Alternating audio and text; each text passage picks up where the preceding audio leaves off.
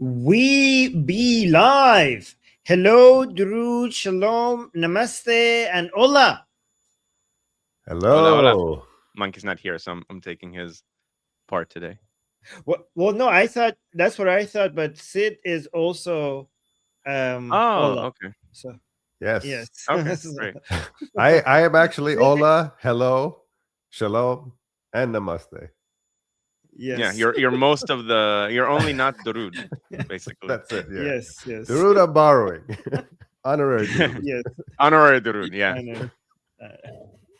And guys, we already got a super chat before we even starting the show. V for Vanquish. Thank you so much for the super chat. Saying Thank Javid you, Shah. V, for Vanquish. Great start. Thank you, Javid V, for Shah. Vanquish. Javid Shah. Guys, economic D-Day is coming, and apparently Secretary Scott Bessent has amazing news for us. I don't know. He was supposed to do an announcement, major announcement. I don't know if it has happened already or not, because I was doing the Persian show. So I don't know in the past few hours what has happened. So should we just get an update and see where we're at? Yeah. And then we Yes. could. Okay, let's get an update and see where we're at. The United States is set to unleash new economic sanctions against Iran to pressure the regime in Tehran. U.S. Treasury Secretary Scott Bessent wrote on Sunday, President Donald Trump and the overwhelming might of our military have significantly dismantled Iran's military capabilities and weakened its nuclear program. Now we are entering the endgame. At dawn begins an economic D-Day, the single greatest financial offensive ever marshaled against an adversary. The economic pressure comes as the Iranian rial crossed 2 million to $1, a historic low for the country's currency. The head of Iran's Supreme National Security Council responded on X, saying if the economic war continues, not a single drop of oil will be exported, neither through the Strait of Hormuz nor anywhere in the Persian Gulf. Iran will regard any country's participation in or support for America's economic war against the Iranian people as an act of war. Despite this statement, reports do indicate that crossings through the Strait of Hormuz are up 400% over the last 2 weeks. The United States is overseeing vessels out of the Persian Gulf through a safer southern passage. The passage does allow for millions of barrels of crude oil to be exported each day. Still, the Iranians remain defiant. So just to be clear, this whole the idea that the Islamic Republic has lost control over the Strait of Hormuz and the Americans have more control than ever before has been even confirmed by CNN. So this is not a Fox News spin of what's happening. CNN is also confirming that. Mohsen Rezai in the discussion on state TV, he was talking about we're still selling oil, and he's right, and it's not a contradiction. But even though oil is not going through the Strait of the Islamic Republic, I mean, oil is going through the Strait of Hormuz, but not Iranian oil. Everyone else's oil is going through. But the reason why that's not a contradiction is because a lot of oil did go through when the blockade was removed after the signing of the MOU, right? And a lot of that oil is sitting on the sea in close to Malaysia and China and just sitting there, and the Islamic Republic is still selling that. All of the oil tankers filled with millions of barrels of oil that were sitting there, that is being still sold on a daily basis, but it's at a very low number, right? I think the Islamic Republic used to sell like 2 million barrels a day. Right now it's like at 200,000 or something of all of the oil that is sitting there, and they're still selling it to China, mostly to China. And that's going to last them another 3 or 4 months. That's going to last them another 3 or 4 months unless Scott Bessent finds a way for the Islamic Republic not to be able to sell that oil either. Then it's going to be shorter than 3 or 4 months. It's going to be really difficult to completely push China into not buying that oil, especially because they need it, and China doesn't have as much of an oil reserve as they used to have.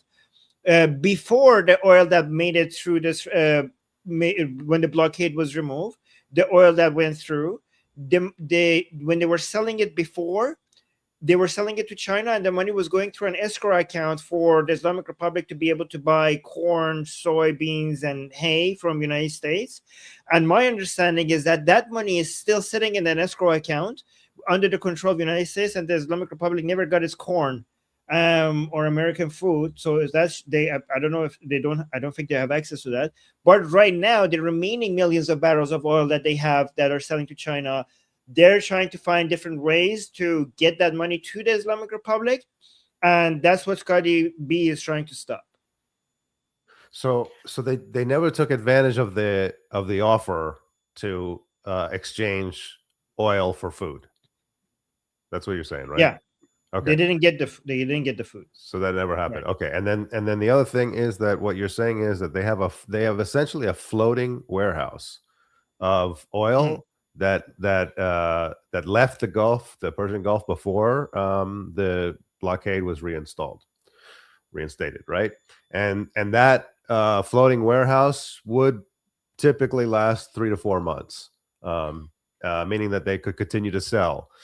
This we'll find out today. We'll find out in the next few weeks. But what I think you're speculating is, and makes sense to me, is that this economic D-Day move is at least in part aimed at targeting the potential buyers of the oil in the floating warehouse, right? Saying like, okay, and many of them are independent. I think you mentioned teacup refineries, right? So it's not exactly state policy here. There's some independence level, but maybe, and there's banks as well. So a lot of different players, but maybe Bessent can target the people who are benefiting from this already like outside of the Gulf trade, and shorten their timeline even further. Yes. So there's two types of trade that we have to focus on and separate them from each other, or energy trade, non-energy trade, right? So non-energy trade, the main countries to focus on to suffocate the Islamic Republic was UAE, Turkey, Pakistan, Iraq, and to a lesser extent maybe Afghanistan, right? And the fact that UAE was already stopped doing trade, and China, obviously, and China, even non-oilless China, right? And the fact that UAE was removed from doing any trade was a significant blow to the Islamic Republic. This is the most important for UAE, was the most important for non-energy trade, right? Goods and services. For energy trade, number one is China, right? So if the combination of removing UAE, if you could, so removing UAE, that means that the Islamic Republic has lost access to imports of a lot of goods and services, but it still has access to foreign currency, especially US dollars, because it sells oil to China. If you could find a way for them not to be able to sell that to China, which means going after the refineries, both the teacup one and the Hangli one, which is the main big one, and the banks and the financial institutions that are making this possible for the Islamic Republic, it would be unprecedented. Like I saw so many economists were analyzing the situation that we're in, and they were saying that it's hard to analyze how this is going to affect the Islamic Republic because we're in uncharted territories. That's how they describe it, which is extreme. That's exciting. Yeah. Yeah. And it's also difficult. Yeah. Go on. My pattern recognition is making me a bit anxious because Munir is in Iran right now. And we've already been in a situation where it's like, oh, we're this close, we're this close, we're this close. Okay, I decided to pause economic D-Day because the Iranians have agreed to an agreement. Yes. I'm really worried. Like, we're in the end game. So Trey Yingst also said that this is to apply pressure to them. Well, are you applying pressure to them to get them to take a deal, or applying pressure to them to take out the regime? Those are different things. And would they be affected, for example, by the regime threatening to hit desalination plants and so on in the Arab Persian Gulf countries? Right. So right now there's two philosophies within the Islamic Republic, right? One philosophy says that the Americans are not interested in a deal. That they only do this to keep every time we're getting close to a deal.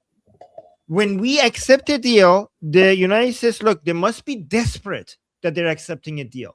They must be very weak that they're accepting a deal.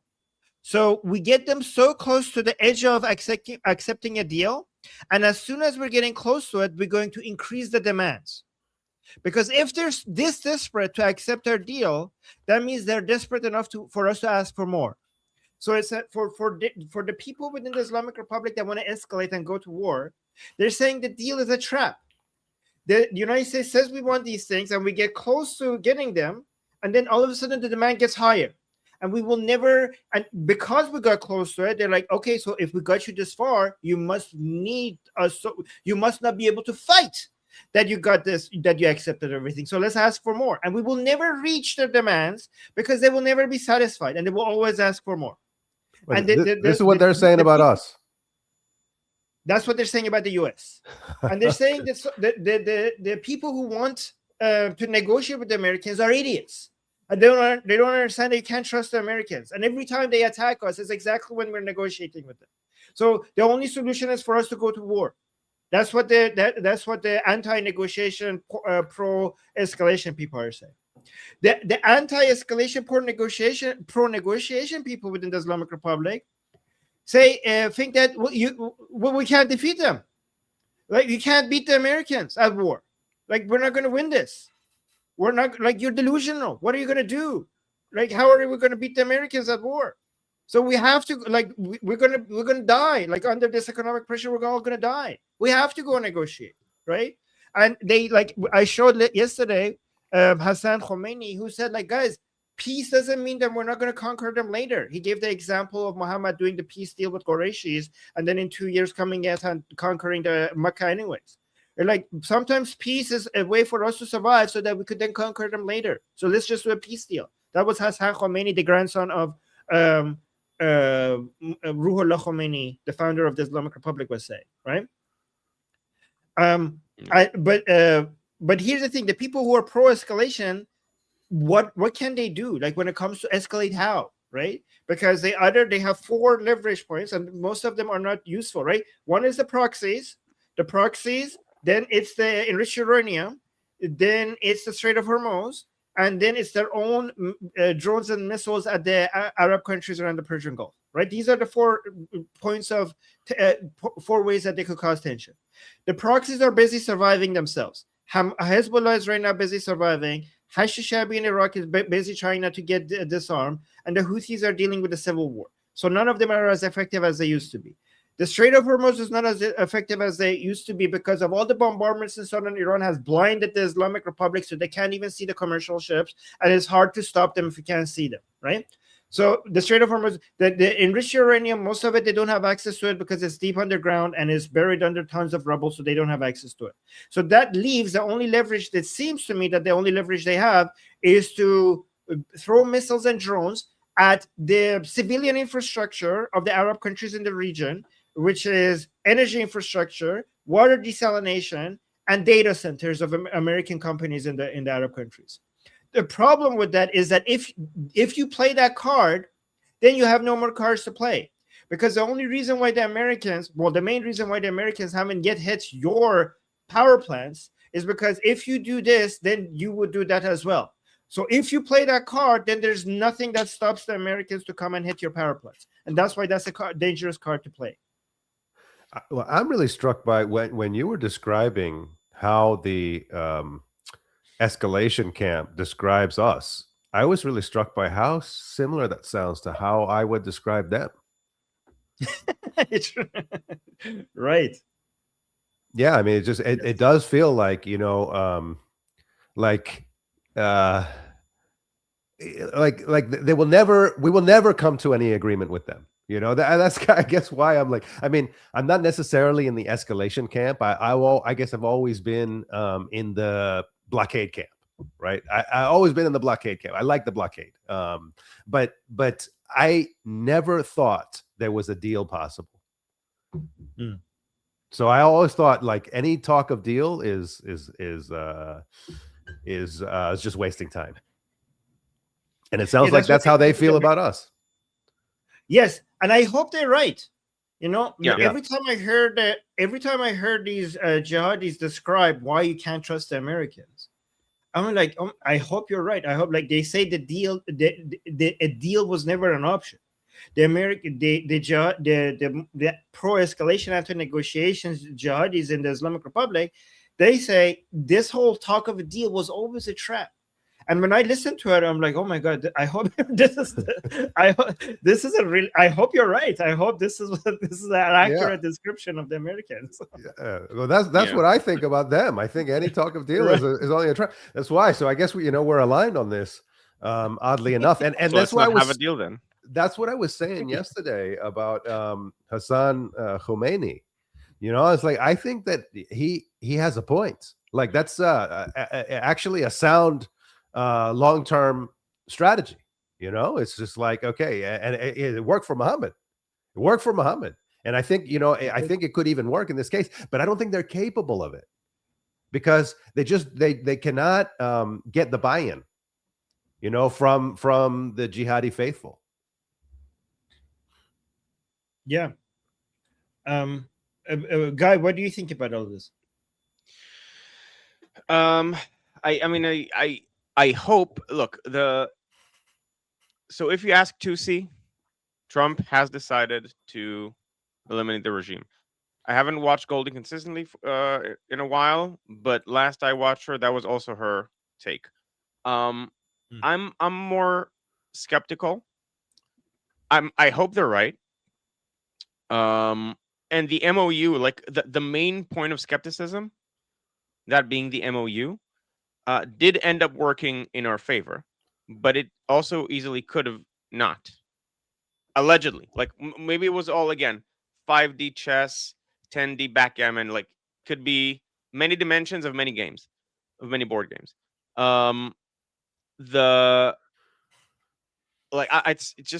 It's nerve-wracking because like this, not knowing what the Americans want. I've heard conflicting reports. I've heard people like what's his name, Mike Duran, saying that he asked everyone in the administration and they all said no, regime change is not on the table. So like even unconditional surrender here, what does that mean? So do troops go into Iran? They could claim to make unconditional surrender, but like, yes, but please give us food because or give us money because we're choked out here, and then eventually like start delaying it. Like I know these tactics, 6D monopoly. Yeah. I know these tactics from dealing with Hamas and all these other Durkas that need like that. A lot of them learned from the IRGC on how to do these things. So if you get to the point of talking about a deal, I'm nervous, even if it's allegedly a total surrender, because if they can just stretch it out for 2 years, then that's a problem. So I just hope you just keep economic D-Day and economic fury, and then maybe do like a coup de grace of a decapitation strike, and I like where we are now. I don't want this to change. Part of me thinks that even if this is not a 5D chess, it's possible that it's going to look like one, right? Because so we might never know, right? Because it's possible that the Americans are still interested in the deal, but because again, I'm not saying this is what it is. I'm just saying it's possible. But because the deal is not possible, and we're not going to get a deal, it's good. Imagine if we just in an attempt to get a deal, the Islamic Republic keeps getting weaker and weaker and weaker to the point that they collapse. So even if they were interested in a deal, it's going to look like they were never interested in a deal, right? Yeah. Right. Yeah. Yeah. I'm thinking of one very very prominent Trump critic on the right described Trump as somebody who doesn't think strategically, thinks impulsively, and as a result, things often go wrong. And when they go wrong, he's brilliant at pointing the blame at somebody else. And so I think the end result is that a lot of things end up looking like 5D chess because there's so much chaos, right? And then some things work out, and many things don't work out. But the things that work out are assigned to Trump's genius. So yeah, I mean, I guess I would say like I'm not as negative on Trump as this particular person who is David Frum, by the way. So I'm not as negative on Trump as David Frum, but I do think that there is I think sort of impulse and provocation are more Trump's signature moves, I think, than sort of deep strategic thinking. We should respond to some of the comments people have there's in a the lot of chat. Okay, so first one is from a super chat from Justin. Thank you so much, Justin. Saying, has anyone from the Mecca Pack come out and say that Ghalibaf is full of it about them asking the Islamic Republic to join it? If not, then we have a big problem. So based on what I've seen so far, it seems like they've just been silent about it. They haven't confirmed it or denied it. But I do think they should come out and deny it. If it's not, it doesn't seem like it's true. Yeah. Okay, so I've seen someone from the Islamic Republic already deny it, like saying like no, they didn't actually offer to do it. I'll try to look it up quickly. But it got pre-bunked before like it ever had a chance. So I'm gonna look it up. Let's see if I can find it. Okay, thank you. But keep going. Yeah. So I when I looked at this, I had a different interpretation of what Justin was saying. So maybe you can clarify. But it just initially looking at it, I agreed. So what I understood this to mean is that if nobody from the Mecca Pact has come out and said that Ghalibaf is full of it, then the Mecca Pact has a big problem. And I think he's right in that regard. Oh, I think he's right because it really doesn't look credible. It doesn't look credible. Yeah. If right away Iran, if you look at it, this Mecca Pact, I mean, it's a kind of it's a Sunni oriented pact, and it's surrounding Iran. Yeah, okay. That's not to say that it's sort of designed particularly to offset Iran. And I think that I've seen some analysis that suggests it's really more aimed at a post-IR Islamic regime security order. So, but I still think that if that's the case, that they are ambiguous about it, it doesn't speak well of the pact itself. That's the point that I thought Justin was making, and I would strongly agree with that. Yeah. No, I think he said we have a big problem, as in it's a big problem if Iran suddenly joins the pact, but I just don't see that ever happening. Yeah. The US would never allow that to happen. Well, I don't even. I mean, I just think like, imagine if Saudi Arabia, Pakistan, and Turkey were to announce, "Hey, we have a new member, the Islamic Republic." I mean, that would just look clownish. That would look absolutely clownish. Okay, so I think, I honestly think it would look bad for them. I mean, we are really just weeks away from the IR hitting. Did they hit Saudi Arabia? Yeah, they did. Oh, like weeks away from the last time they hit him. Yeah. Yeah. So I mean, I think it just looks like a clown show. Yeah. Yeah, so I think we answered this one. Shana is saying that everyone should like Guy's stream. Guys, make sure you subscribe to Guy's stream, to Guy's channel. And also, please check for me if the links are working. The links to our discussion group, which is in the description, and also the QR code in the top left, and also the link to everyone's YouTube channel. And guys, also Sid's YouTube channel is coming up next week, so look out for that. So, and also check out Guy's channel and make sure you subscribe and let me know every time if any of the links are not working. Please report to us. Thank you. Yeah, Mikey is coming back. He's just busy with other stuff. Okay, and he will be back. Okay, and Boboism, thank you so much for the super chat.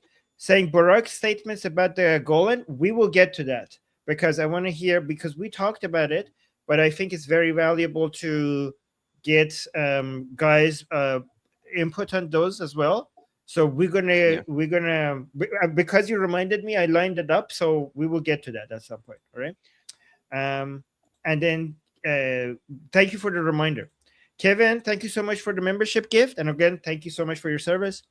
Koala Katie is saying Durud guys chat, trying to double dip to help Guy get his necessary watch hours. Thank you so much, Koala Katie. Yes, this is really important. Like I'm on track for the subscriber count. I'm already past 800. So I need to get to 1,000, but I have like half the watch hours that I need. So like if anyone can double dip and or whatever, like get my watch hours up, watch old stuff as well. There's a lot of interesting stuff on my channel. Like I need my watch hours to be higher. Yes, do like Sid. Thank you. I need my watch hours to be higher to be able to get monetized.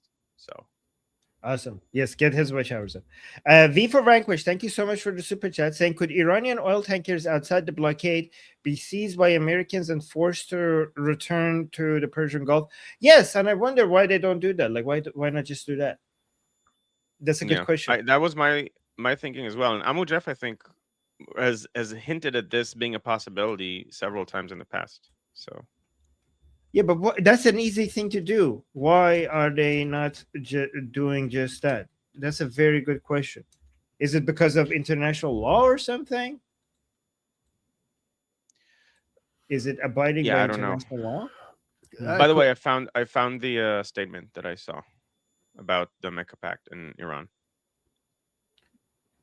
Okay, but before you do that, let me read this quickly. Okay. So this is what AI is saying. Blankets seizures of Iranian regime tankers violate international freedom of navigation laws without a declared blockade. Shadow fleets use deceptive flag. Yeah. So if you announce a blockade, because the United States said those ships could move past the blockade, like the blockade was removed, so they passed. So now if they go seize them, it would be against their own the very thing that the United States told them that they could do, right? So it would be a violation of because they didn't violate the blockade was removed, right? Shadow fleets use deceptive flags and ship-to-ship transfers to hide the regime's involvement. Retaliation by the Iranian regime in the Persian Gulf threatens critical global shipping corridors. Direct interdiction or risk sever diplomatic and trade conflict with Chinese purchasers. Oh, okay. The U.S. prioritizes targeted judicial asset forfeiture and financial sanctions over physical naval pushbacks. So these are the reasons AI gave, but I'm not saying it's correct, but I just double checked it. But one thing was correct that I mentioned is probably because of international norms. The U.S. said that they could pass, and now that they pass, and they're now part of the going and seizing them would be violating what the United States said they could do themselves. So yeah. And Bob is in with the super chat saying Barack's great panel today, guys. Fuck Tom Barack. Wait, Barack's great panel today, guys. I don't understand this. I think he just meant great panel today, guys. Fuck Tom Barack, and somehow Barack got in the beginning and the end too. But thanks yes, for okay. Thank you. I think he's saying it would be good for this panel for us to review that, which is correct. And then another super chat by Bobo saying three smart guys love it. Fuck Barack. Yes, we will get. Boboism is like really angry with Tom Barack, which we will get to. Yeah. And then there was a whole bunch of comments that you guys start. Mike is saying there is no deal. It's only surrender. So I wanted to respond to that specifically. Okay. Okay. I mean, actually, I think at this point I already said it. Like, it's only surrender, but what does surrender look like, and how capable are they of like dragging it out in such a way that they surrender all the way until Trump is out of office and then recuperate? Like, the details really matter to what surrender looks like, basically. Yes. And Marigold is saying Hamas is sending kites to Israel. Yes. So I don't know if it's on your topics for today, but if not, I'm definitely going to talk about it tomorrow in my Q&A session. So tomorrow, 2 hours before this stream, I have my own Q&A section in my like the discussion group. So use the link. You can come ask me questions, and also I'll definitely talk about this. This is a problematic pattern. So real quickly, I'll just describe what it is. Hamas is using children to send kites into Israel, and they're just regular kites. But this is part of their strategy to slowly skirt the line. So they send a little girl with a backpack across the yellow border. Well, are you going to shoot a little girl with a backpack? And then they send like a girl and a boy. And then like over time, they slowly skirt the line in such a way that eventually they just break off your defenses and do something dangerous. And so these are just regular kites so far, I think. But it's in preparation to send like kites with Molotov cocktails and stuff like that. And this is returning to a problematic pattern that we've had over the last 20 years. And now the government is trying to bite it off, like to hit it off at the knees, like immediately, not giving it a chance to. You send a kite, we're going to evacuate a neighborhood, and we're going to do a strike there for the people who arranged the kite sending. All right. Because we're in the middle of the Iran segment, can you like send me the stuff that is like outside of the Iran segment, and I'll add it to the list of the things that we could cover, right? And you could also maybe like send it to me in the private chat, and I will basically prepare them, right? And then Qualicate is saying, I saw that. What is that kite intended to do? Kill people. Yeah, so I just explained that. Right? Yeah. Sean is saying the only deal is for the IRGC to unconditionally surrender to the USA. Will is saying, you people, meaning us three, still don't understand Trump's not going to say what he's really going to do to anyone. I mean, we do understand that. I don't know. I think it's a response to the me, media. so I'm gonna respond to that back. Okay. The media is all to confuse people so they don't know what we're going to do. Trust Trump people. Before you respond, Guy, I don't understand this demand to trust. What does that mean? Like, we shouldn't be trusting anybody, right? Like, I don't know, maybe I'm exaggerating. It's always about understanding people's interests and their abilities and their limitations. We can't, like in politics, we can't rely on trust, right? I don't know, maybe what do you think? So I thought at least this was someone in the chat is saying that he's responding to other chatters.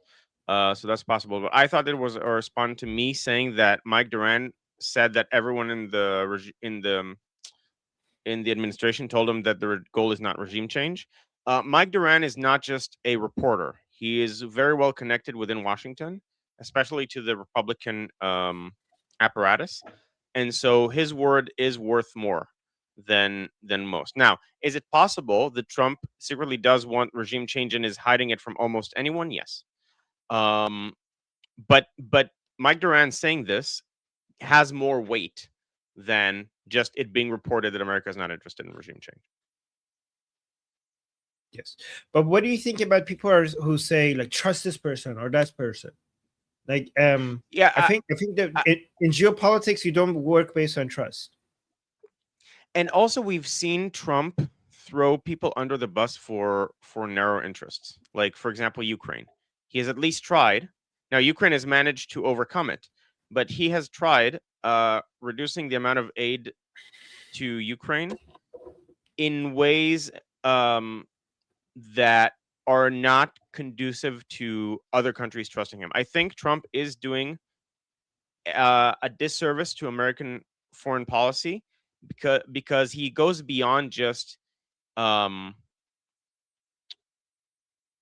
beyond getting people to pull their own weight into territory of these aren't covenants, they're contracts, or they're like useful partnerships. And as soon as I see something that's more useful, like it's a narrow utilitarian view as opposed to a broad utilitarian view, which takes into account what happens if you use a narrow utilitarian view to make decisions. I think Trump is I personally think Trump is a net positive by a huge margin. I agree. I agree. Okay, like his positive is way more than his negative, but I completely there agree are with that. negatives. Yes, there Yes. are negatives, but the net positive, the net is positive, hugely on the positive side. That's the way I think. Right. Yeah, no, I agree with that. What I about- think what I about- was just highlighting one of the TDS much guy. Yeah, I was just highlighting one of the problems with Trump and one of the negative externalities of his approach. His approach, it would be very hard to say that this approach doesn't have any negativity involved with it. He's a bull in a china shop, full of things that need breaking. But surely we all have to agree that there are going to be negative results out of this breaking. So one of those things is that we can't blindly trust Trump because he works on interests that are not identical to those of the Iranian people. And I don't think he's above taking the war or whatever in a direction. Like, he's not going to put Iran first. He's not Iran first. He's America first. And he has a lot As of he benefit shouldn't. from rescuing Iranians. But we can't just blindly trust that what he sees as America's interest is going to align one-to-one with the Iranian people. And it shouldn't be. So his interests are not identical to our interests, but they are very aligned. And very aligned and identical are two different things, right? Are not the same thing. We should appreciate having very, very aligned interests with somebody without expecting that they should be identical, because they can never be identical, because he should be America first. Okay, and the good thing about being America first is that being America first is there has a lot of alignment with being Iran first, but that alignment is not 100%, and it should never be 100%. Exactly. Right. It would be weird if it was 100%, because then Iran is just Iranians are just a proxy of the US. Yeah, it would be the same country. Not even then it would be 100% aligned. Sherry with a super chat saying these animals are fucking sick, effing sick. Sorry. And yes, I think Sherry was saying that when I had Mohsen Rezai on the page. Yes. No, I think it was No, I think it was it was when I was talking about Hamas using the children to fly the kites. Oh, okay, yes. Good observation. Thank you, Sherry. Thank you for the super chat. Thank you for paying attention, guy. And there was a whole bunch of other comments that you start. Do you want to quickly respond to each one of them so we could go back to my gripe is Israel is not allowed to finish Hamas, Hezbollah, and the long wait with Iranians dying every day. Israel is not allowed to finish Hamas off right now because they're trying to go the deal route. It's not going to work. But then again, we said it about the hostages as well. There is a concerning trend that is happening that looks like Hamas is trying to rearm. So we are being held back there. In Hezbollah, that's not the case. We're basically we have almost complete freedom within the framework of the agreement that we signed with the Lebanese government. So that's something we have to take into account. We're under an agreement with the Lebanese government that hopefully eventually will lead to peace. And so that's our constraint there. It's less the Americans. When we hope that Iran will be free soon. So you want to just go down through the comments that you saw, but quickly on each, so that we could go back to So did anyone see Patipto's latest X post 49 minutes ago? Widespread GPS disruptions in Tehran. Just, I saw it in the chat. I felt it was interesting and worth noting. I didn't do the other ones. Oh, okay. So Qualicati did the same comment twice on both chats, and I didn't do the Kevin one. I think Sid, you did that. Maybe it was a mistake. You're muted. You're muted, Sid. Sorry. So Dominic Spencer is asking Kevin, brother, I had to go back in the chat to read. I am so sorry for your loss. Pets are companions for life. So I didn't see exactly what happened, but it sounds like Kevin lost a pet. Just really sorry to hear that. Did you start this comment? I did start it. Oh, okay. Yeah. So I just saw that it looks like maybe Kevin lost a pet. I'm sorry. Him, and I just wanted to give our condolences, Kevin. Sorry to hear that. God, can't even imagine how that feels. God damn it. All right. Sorry, man. Okay, so I do. Let me finish this video, and then I have a video from inside Iran for you guys to see what the Iranian people are going through. And reports do indicate that crossings through the Strait of Hormuz are up 400% over the last 2 weeks. The United States is overseeing vessels out of the Persian Gulf through a safer southern passage. The passage does allow for millions of barrels of crude oil to be exported each day. Still, the Iranians remain defiant. The fact that the United States has once again moved from military threats, saying that it will strike and so on, to reviving its old plans shows that they are truly desperate and have no solution when it comes to the great Iranian nation. Therefore, they keep bringing their old plans back onto the scene. The U.S. naval blockade also remains in place as CENTCOM says 70 commercial vessels have been redirected since the blockade was reimposed. In terms of U.S. military movement, the USS Abraham Lincoln is headed home after being deployed for 274 days. This aircraft carrier made its last port call in December, breaking a Navy record. The vessel is being replaced by the Japan-based USS George Washington. On Friday, President Trump doubled down on his position that the Strait of Hormuz is now U.S. territory. They'll never have it. Yeah, by the way, that's not helpful language at all. Calling the Strait of Hormuz U.S. territory, it could be, works very well for Islamic Republic propaganda to sell this internally as Trump being anti. I know he doesn't.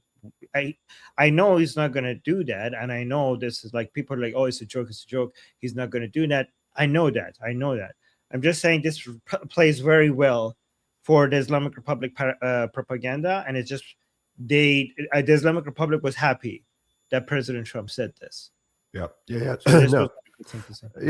So is this a new clip, or is him saying it again?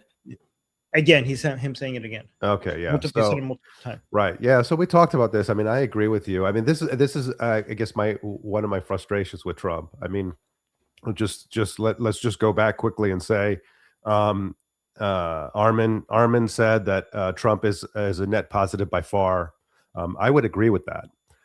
Also, Guy said that he's a bull in a china shop, and I would agree with that. Okay, and so what happens now is this is an example of this. All right, to me this is very undiplomatic, impolitic language. Maybe he's joking, it's off the cuff, but this is the thing: is that there are certain times where we want him not to be off the cuff, where we want him to be disciplined in his message. And unfortunately, we have to take the bad with the good.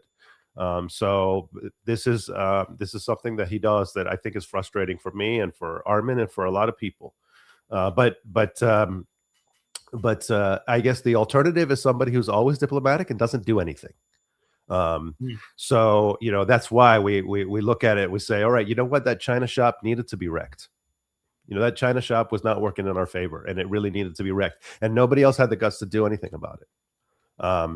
Yes. So I give him credit for that, but I still think, I can at least assemble in my mind somebody who can do the wrecking, and it can also be on message and be disciplined on message, and still make jokes at the Islamic Republic's expense. So this was a joke that I think probably he intended to do at the Islamic Republic's expense, but it actually ended up being to their benefit. Yes, and to be fair, maybe that, I mean, we are always going to say that this is not the right thing to say, but also to be fair, maybe the person that will do things the way that needs to be done will always be the type of person that speaks like this. Well, that's been my sort of theory of the case, right? Is that I don't think, in the end, I think that we needed somebody reckless and impulsive, and provocative to break the sort of constraining system of norms that got us in this position in the first place, right? Where we're just like, nobody would do anything. Nobody would make any move because they had to deal with all the opprobrium and all the questioning and so on, and because Trump is so shameless, and because he doesn't mind being the antagonist and the villain, he's able to do things that I think a lot of other politicians wouldn't be able to do, and some of those things are for the better, and some of them are not. That this is the challenge. I mean, people are talking about TDS. and I think that there's like TDS is a kind of there's a TDS horseshoe theory as well, right? Whereas like there's on the left there's a TDS which is like everything Trump does is wrong no matter what, right? He's just and there's a small segment, I think it's a rather small segment on the right for whom Trump can do no wrong. And I think, and so what I would say is that I'm in Armin's camp here. I think that Trump is a net positive, but it's not that he can do no wrong. There's things that he could do better. I wish he would do better, but unfortunately, I think that kind of comes with the package. Yes, 100% agree. And Shauna with a super chat saying Trump has a hard time consistently separating the IRGC from the Iranians. Also, to Sid's point, Rubio 2028. That I do appreciate that he has made an effort. Trump has been saying the Islamic Republic of Iran way more than he used to. By the way, I agree with Shauna, but I really do appreciate that he has made an effort. And he didn't have. So, guys, let me, like, a lot of people think, like, given how much we're criticizing President Trump, let me actually say this thing, okay? Two things that I will always be grateful for President Trump, and they are such a big deal to me that every single other criticism that we have for him is so minor compared to how grateful I am for these two things, right? One is that Khamenei is dead, and the Islamic Republic has never been as weak as it is right now. And I understand that there are many things that made that possible, including the Iranian people, Princes of Pahlavi, Israel, but it also would not have happened without the United States and without President Trump. If President Trump was not the president of the United States, that would have not happened. And I will forever, as an Iranian, be grateful to President Trump that made this possible. And I also understand that no other president in the White House would have made this possible. Like, no Democrat, maybe Rubio, but no other president at that time would have been able to make this possible. Maybe not even Rubio, I don't know. So that's one. Two, no matter how, guys, no matter how many times we criticize President Trump and say, like, he could have said this better, this was not the best way to do this was not the right strategy. Also, the second thing is that President Trump, more than anybody, keeps reminding the world regarding the state of the Iranian people and the conditions that they're dealing with. Right? He always, the most powerful man in the universe, constantly, when the media always forgets about this and they move on to other topics, he always brings attention back to how the Iranian people are being treated by the Islamic Republic, and he always brings attention back, not just to the massacre in early January, but also to all the other things that the Islamic Republic have been doing to the Iranian people in the past 48 years. And he keeps insisting on reminding everybody about that, and everybody, non-Iranian media, is always forgetting that, and he brings it back all the time, right? So I always appreciate that.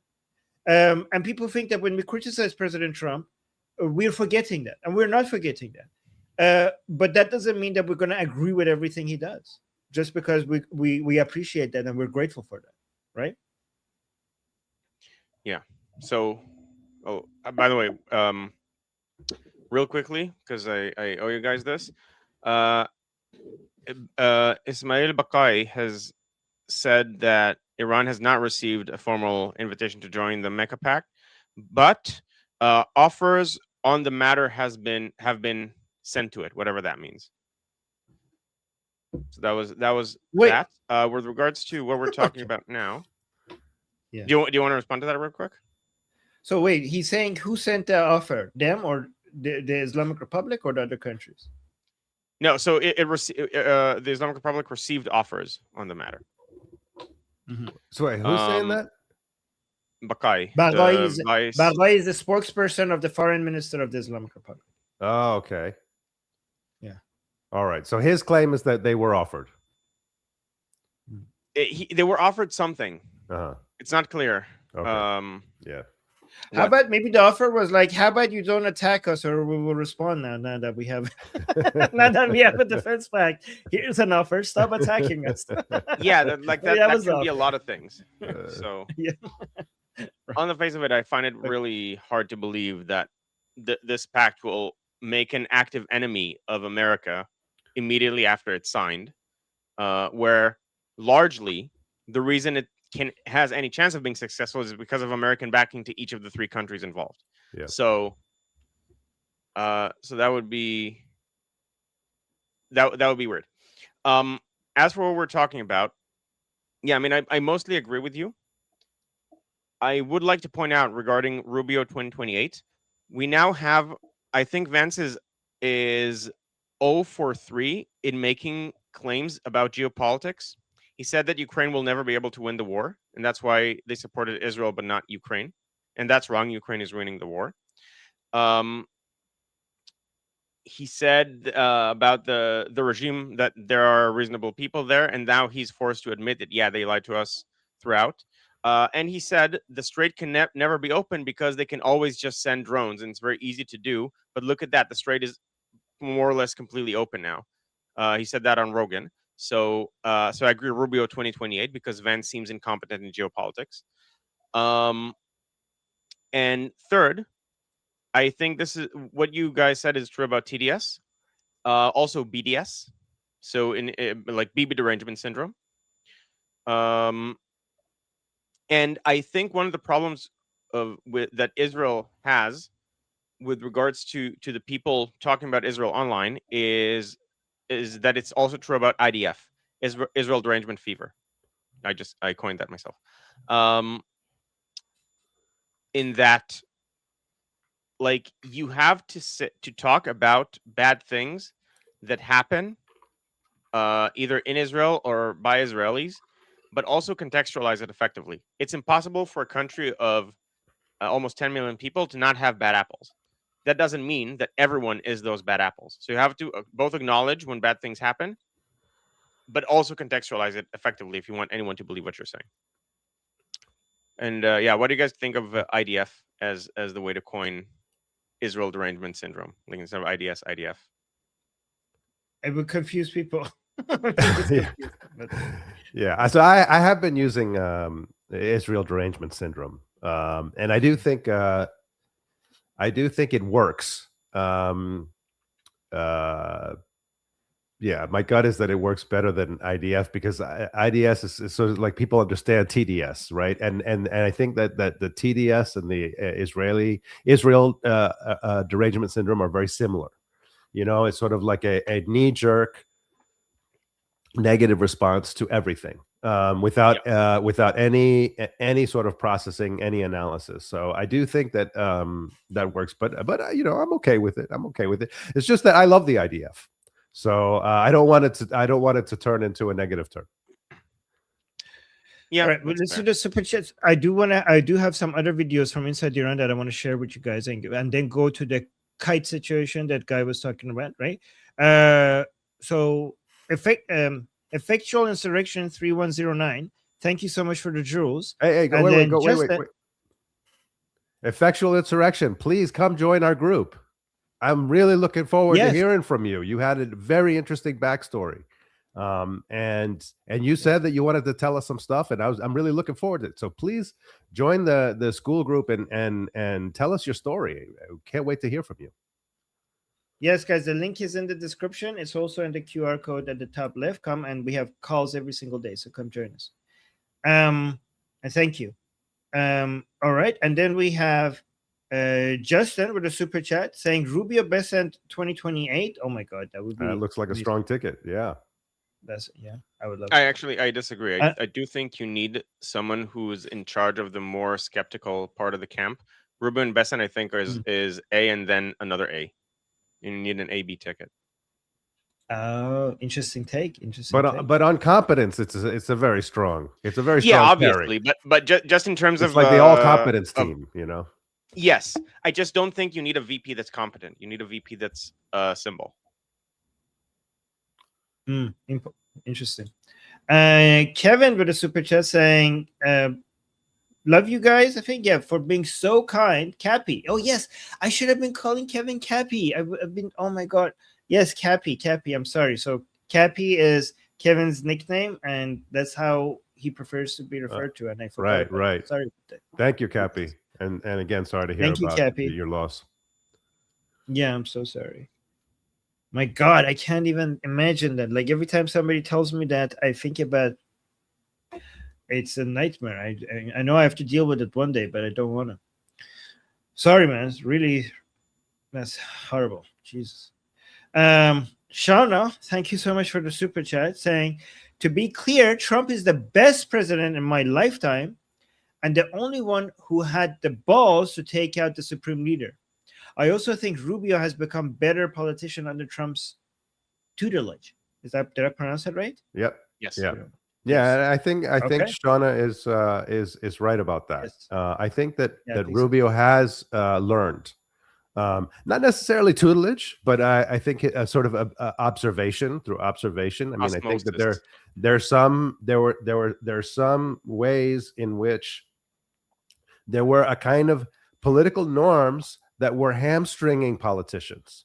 And it does feel like Rubio is more liberated as a result of his time in the Trump administration, and it's really showing. I think he really is looking really strong because of that. So I agree with that. I just wanted to mention I wanted to say it earlier, but I think Vance is a really fascinating figure, and I would like to do a deep dive on Vance at some point, and maybe that's something that Shauna would be interested in doing as well, because I know she has interest in Vance as well. But maybe you guys want to do that too. I think there's a lot to explore there. But he's a fascinating figure. Yeah. Okay. I'm looking forward to guys doing that. That's fantastic. And Shauna has the best takes, honestly, and she's very knowledgeable, scary knowledgeable. Yeah. And thank you, Shauna, for the super chats. Light Wolf, thank you so much for the jewels, for the 5 jewels, and then another 10 jewels. Thank you so much, Light Wolf 333. And then Guy, I think you start this. Yeah, it's just I don't know what it's about, but it's an interesting something to look into. Make sure you dive into the corruption in Vance's Ohio office. I don't know what that's about. I don't know if there is corruption in Vance's Ohio office, but apparently it's at least being claimed, so that's worth looking into. Sid and Shauna will be on the case. Yeah. I didn't even know about that. So yeah, interesting to look into. Thank you. So I have 4 videos from inside Iran that I wanted to share with you guys, just because we are celebrating the economic pressure that might hopefully speed up the fall of the Islamic Republic. But there are many videos that shows how this is affecting the Iranian people, and I just want to show one of them because we shouldn't forget what they have to deal with this in the middle of all of this. So this guy, he has no gas left. He was waiting for 45 minutes to get to the gas station, and right when his turn, they closed the gas station. And in the heat, he was just, so let me just play this. Like after 45 days of waiting for getting to the gas station in the line, you could see like my I have no more gas left. Like it's not going to be able to go anymore. And like, look, they're just like that. They closed the gas station because they ran out of gas. Like he was just about to get to the gas station. It was about to get his turn, and they shut it down. Like he's saying just like that, they shut it down. And like this is the 3rd gas station I went to. I went to 2 other stations and they were closed.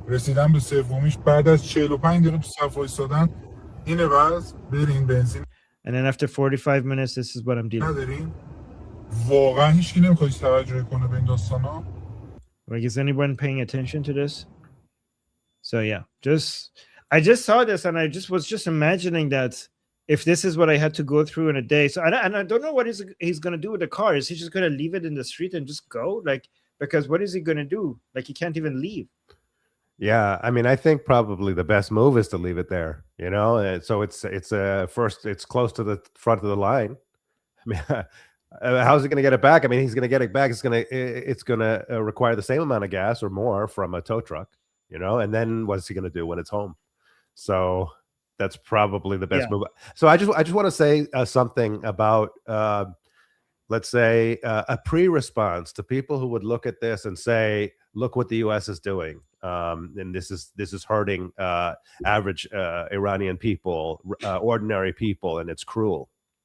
So my response to this is, it is very sad what's happening to the Iranian people, and it's very painful. And I know that in a sense, like, okay, we're at war and we're doing economic warfare, and so the problems internally are going to be exacerbated. So let me admit that up front.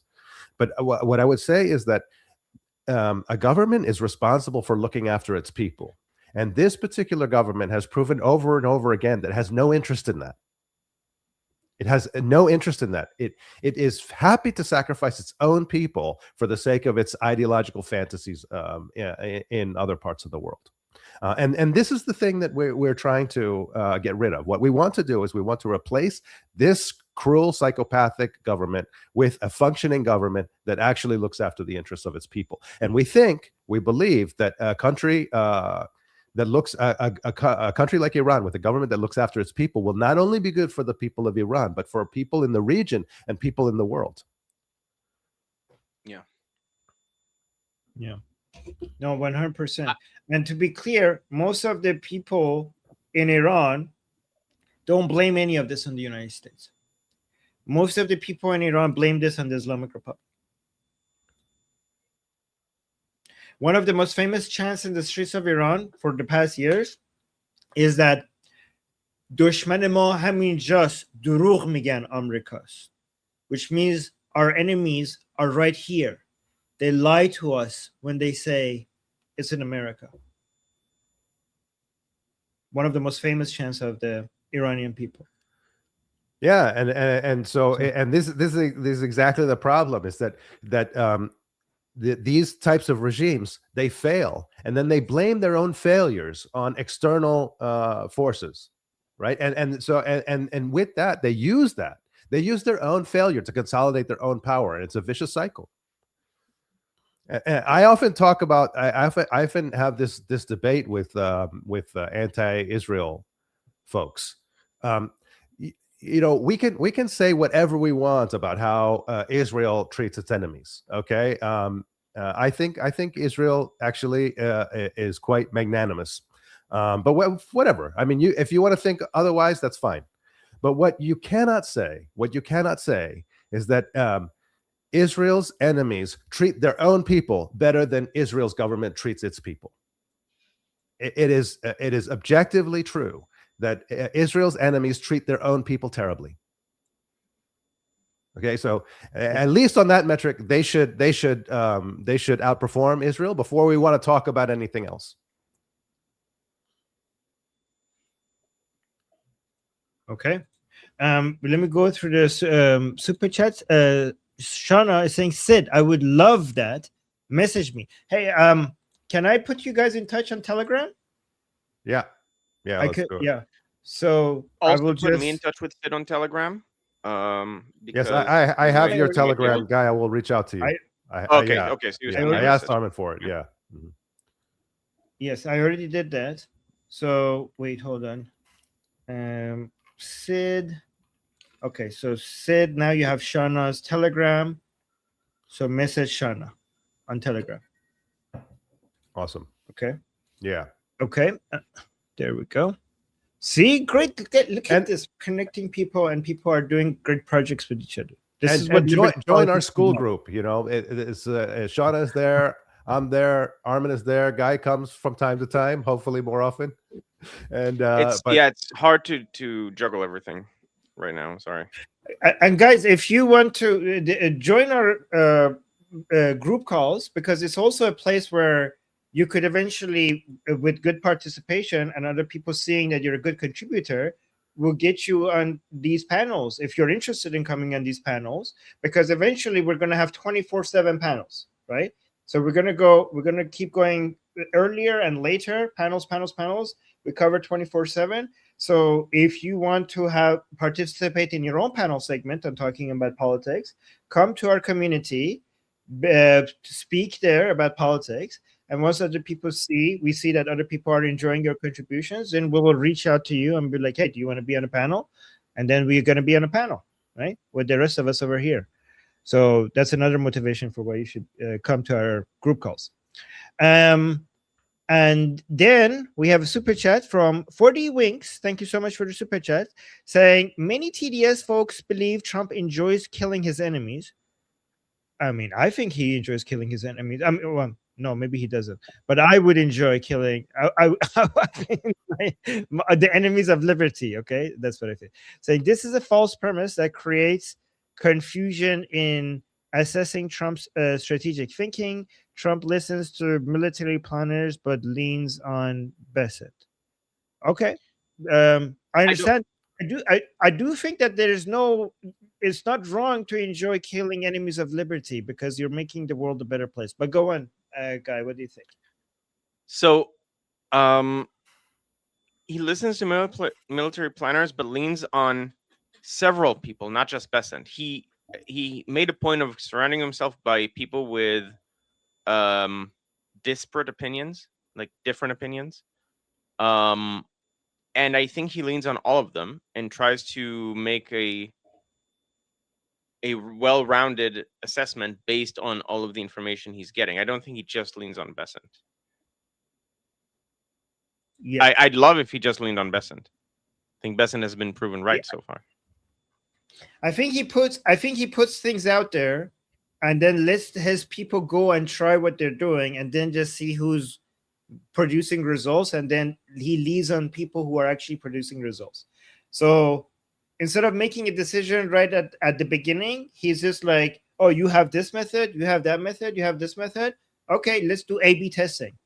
Go do your thing, and we'll just sit back and observe who's producing results. That's what I think he does. Kind of like The Apprentice, right? Kind of like The Apprentice shows. That's what I think he does. Yeah. But I might be wrong. Yeah. And thank you so much for the super chat. We got two comments that we wanted to highlight. Sid, this is for you. Okay, so this is Kipkak80. Kipkak80 says, Sid, let's make a deal. When Iran get liberated, you will play the backing for the national anthem, and Armin will sing it. Yeah, I'm on board. I will do that. Wait, no. What? No, this is a human rights violation. Armin will sing it? I don't know what. I don't think you guys know what you're asking for. Auto-tune. We'll just auto-tune it. Don't worry, Armin. I have to listen to it before it gets auto-tuned. Like that would be self-harm.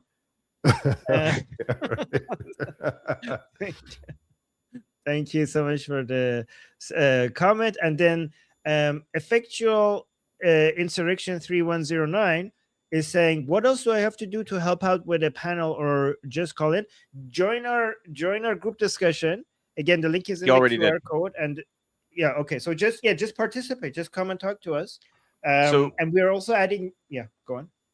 There's a discussion group in 3 hours led by Armin. You can come ask Armin questions. There's also, after Armin leaves, people stay and just keep the discussion going.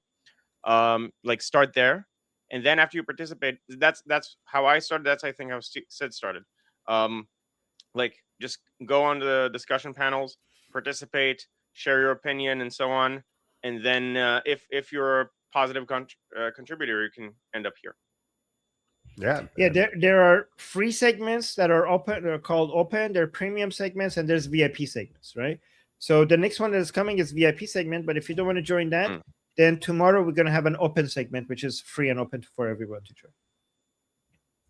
And I really want to hear from you. Yes. And Sarah is saying Armin is a terrible singer, LOL. Yeah, I mean, Sarah can tell without even hearing me singing. Wow, how does she know? It's obvious. I guess it's obvious. Is it? I had no idea. Yeah. And then Shana with a super chat saying, it is better that one man die than to let a whole nation perish. Mormon scripture. I forget the exact chapter and verse. That's a lot more wise than other scripture because it's utilitarian. Because sometimes people, other scriptures say killing one man is like killing all mankind. Like, no, it's not. Right, but this makes more sense to me. All right.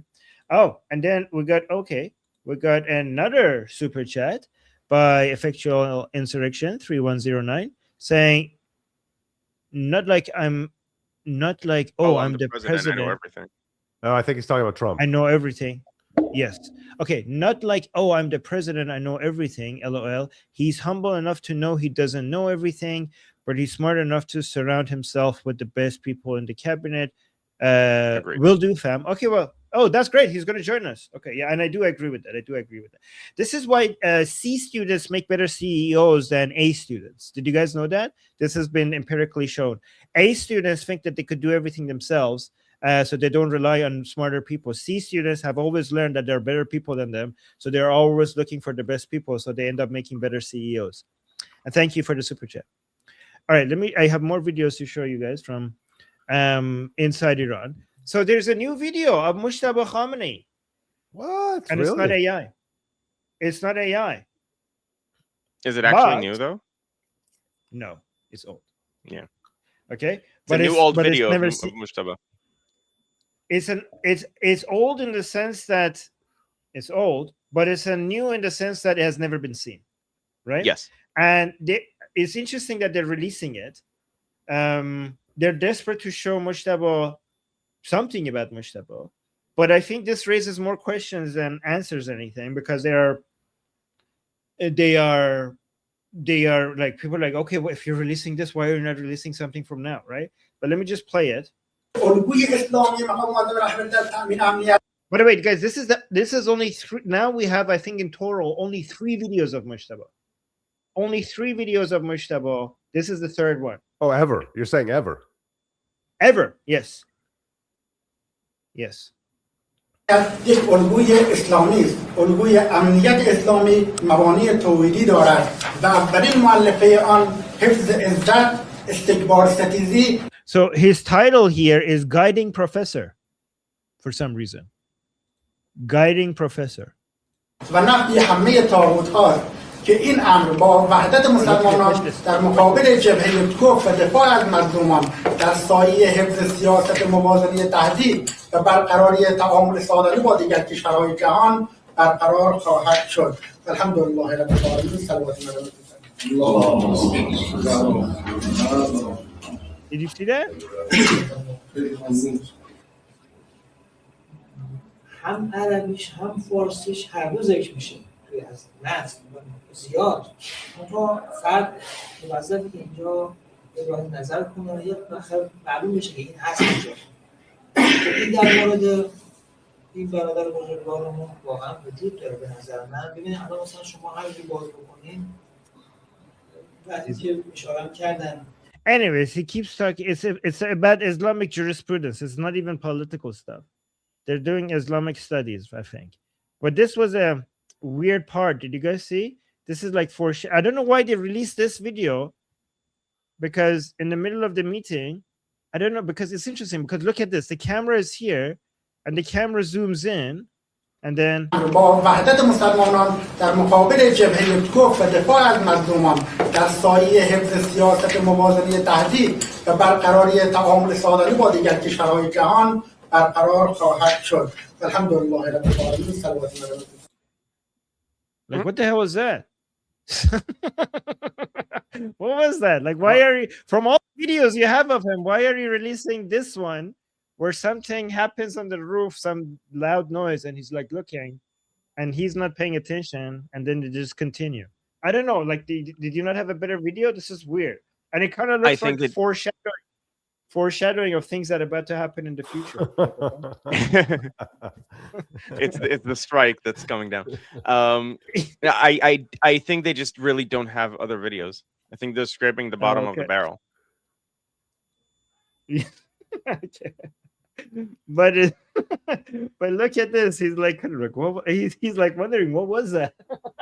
And he's not even paying attention. The guy on the left is not even paying attention. But he's like, what the hell is that? But you know how, like, in movies, sometimes like something happens that resembles something that's about to happen in the future. This is before the strikes. Yeah, foreshadowing. So that's foreshadowing of things about to happen. I don't know. Yeah.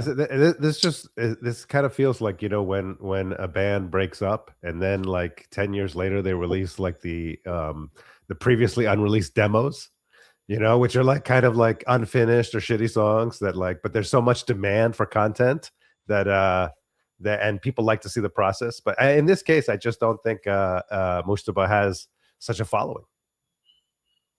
Yeah. Okay, but by the way, this whole classes like this on Islamic studies, they were speed running him on all of this to try to make him into an ayatollah so that he could become a supreme leader, right? Can you just explain like the color of the turbans? Because he's got a black one, everyone else is white. So he has a black one because he's a Sayyid. He has a white one because he's not a Sayyid. Okay, so the black outranks. Well, I mean, it's supposed to be not that important, but no, it is. It just means that you're a descendant of Muhammad. Oh, that's what it means. Yes, Sayyid means that you're a descendant. Like you don't achieve anything. It's just if your lineage goes all if your lineage goes all the way to Muhammad, you get a back. You're a Sayyid and you get a black turban. Well, and if it doesn't, you get a white. It's not like a martial arts belt where you graduate from white to blue to green to no, but the ranking is like, I don't know, like Hujjatul Islam, then Ayatollah, then Grand Ayatollah.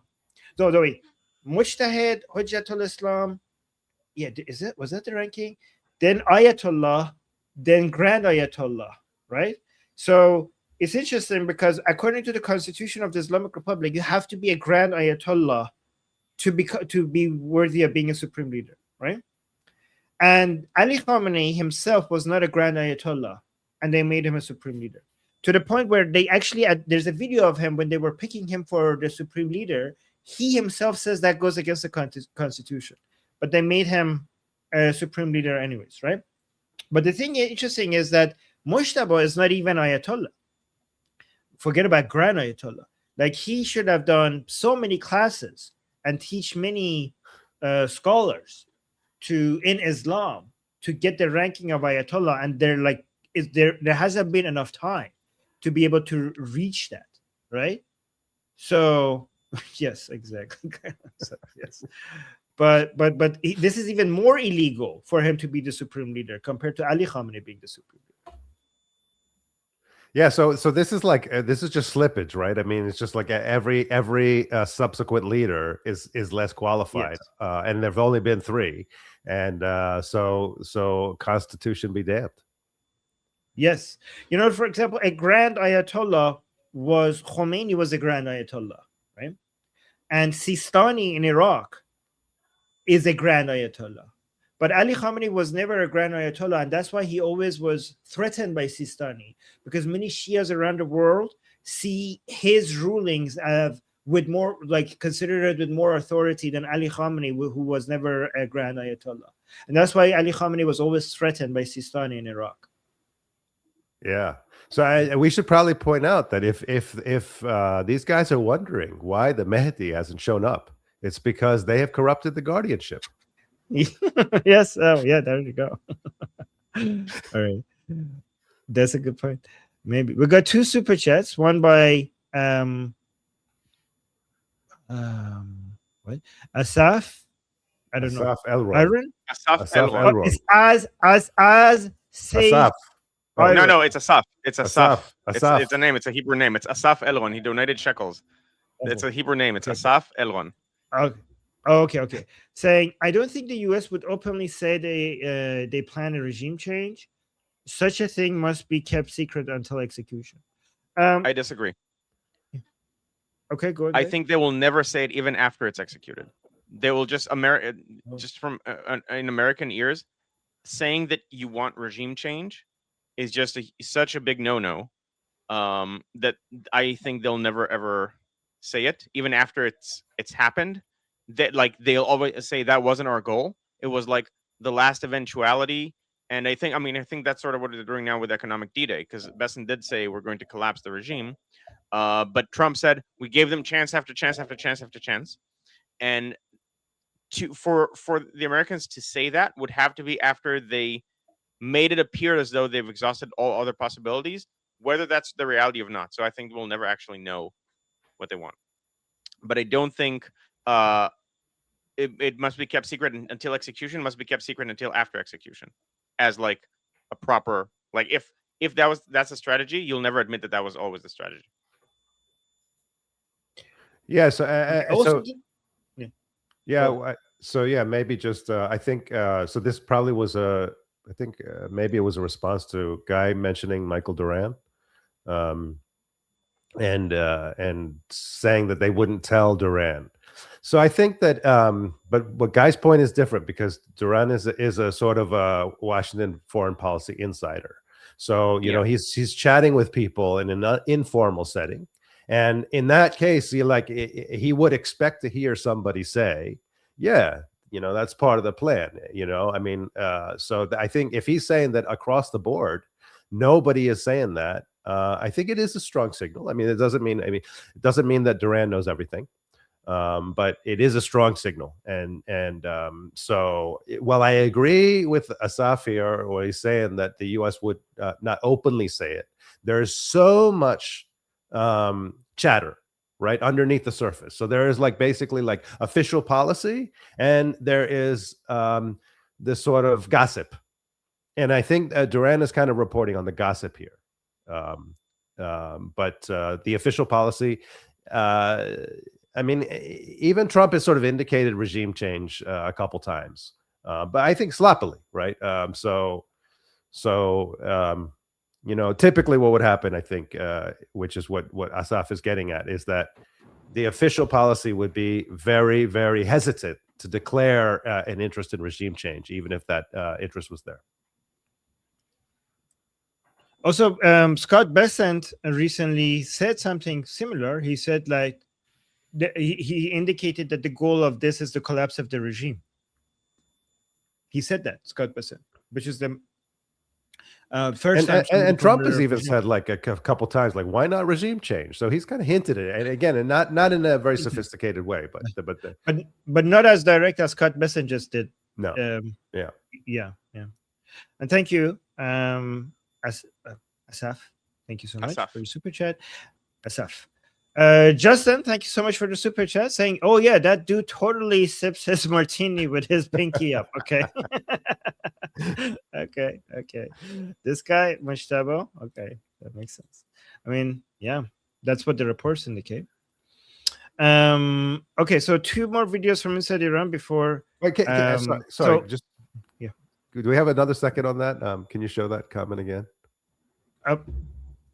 Sorry. Oh my God. It's okay. Let me see. I'll go find it. No, it's okay. Okay. So yeah. No, I'm curious about this because it's interesting, because one of the reports that I remember hearing was that after the initial strike, where Mujtaba was badly injured, he was in hospital and he was so drugged up that he was sexually soliciting male hospital workers. I don't know if you remember hearing this, but this was and I'm still now I'm thinking about that. This was sort of this was the rumor that was floating around. I don't know if you guys heard it, but that was coming out as sort of evidence that but I it seems like if that was the case, I mean, if he was capable of sexually soliciting male hospital workers, then he'd be capable of doing something more than just completely disappearing. Yeah, I mean, I don't know if those rumors were true, but I did hear. Probably not. That's what I'm saying. I mean, but we do know he's gay, because that was the report by the Americans. Intelligence that he's gay. Yeah. There's breaking news. Can I interrupt, or do you want to do it later? It's not about. No. I mean, it's direct. It's indirectly related to what we're talking about. But apparently, Netanyahu just said that Iran tried to murder one of my sons.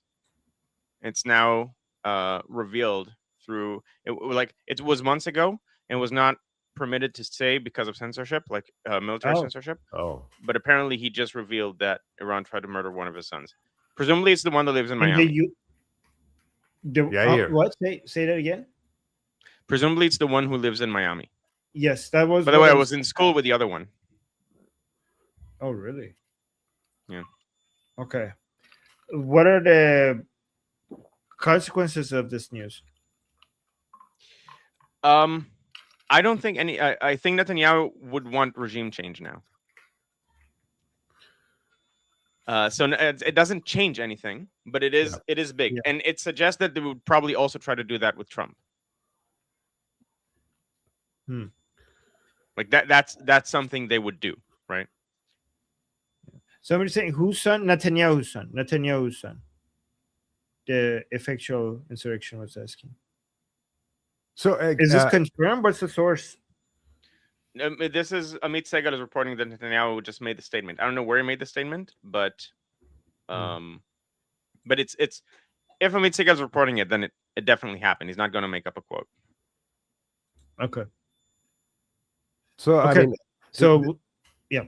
Sorry. No, you go ahead. Yeah, I just wanted to jump in here, but I think now is not the time to go into it. But I would love to get guys' take on Yair Netanyahu, because he seems to be himself a kind of a polarizing figure among Israelis that I talk to. So I don't really know the backstory there, but it would be interesting to get into that at some point. So talk to me on Telegram, and we'll set up a stream where we discuss it in more depth. Cool. Awesome. I think he's a product of the media. You know what? I'm going to skip these two videos. I'll just do this on Ali's segment later today, because I don't know. I do want to get to more, the Israeli stuff that we have Guy here for. So, guys, these videos from inside Iran, I will cover them later today on Ali's segment. This guy was saying, I think this guy is being sarcastic. Just wanted to quickly respond to it. If you guys wanted to respond, saying breaking news: the White House insiders leak that Scott Bessent, who has no idea why oil prices are rising, will be meeting with Pete Hegseth, who has no idea why he lost a war to Iran, and President Trump, who has no idea why anyone believed his campaign promises. This got 31,000 likes and 500,000 views. Is that worth what? Do you think that people hate Trump? Like, obviously, the people with. Of course, this would get a lot of likes. I know, but I just wanted to see if there's a good. I'm not surprised. I'm not saying that I'm surprised. I'm not communicating surprise. But I just wanted to say that. This is not even saying anything. Do we want to respond to it? No, it's not, exactly. It says breaking news. Breaking news is that Trump is meeting with 2 of his cabinet secretaries. And I don't think it's actually breaking news. I think it's just wanting to say how all 3, like using the who doesn't know blank for all 3. I don't think there's that's that they're meeting. No, that's exactly my point. Exactly my point is that the claim is that it's breaking news, and when you read it, it's saying that the president is meeting with 2 of his cabinet secretaries, which is something that is like so mundane, so pedestrian. So it's just this whole thing is just like it's just an excuse for for sort of like political diarrhea. Yeah, agreed. Okay. All right, so let's move on. So this is a breaking news I thought we should touch on by WiseGuard, saying breaking: a 15-year-old Iraqi boy has been decapitated in Baghdad for criticizing Iran on a video that he uploaded to Facebook. Friends and family members quickly tried to storm the killer's home, but were stopped by police officers. So this is them trying to storm the house of the killer.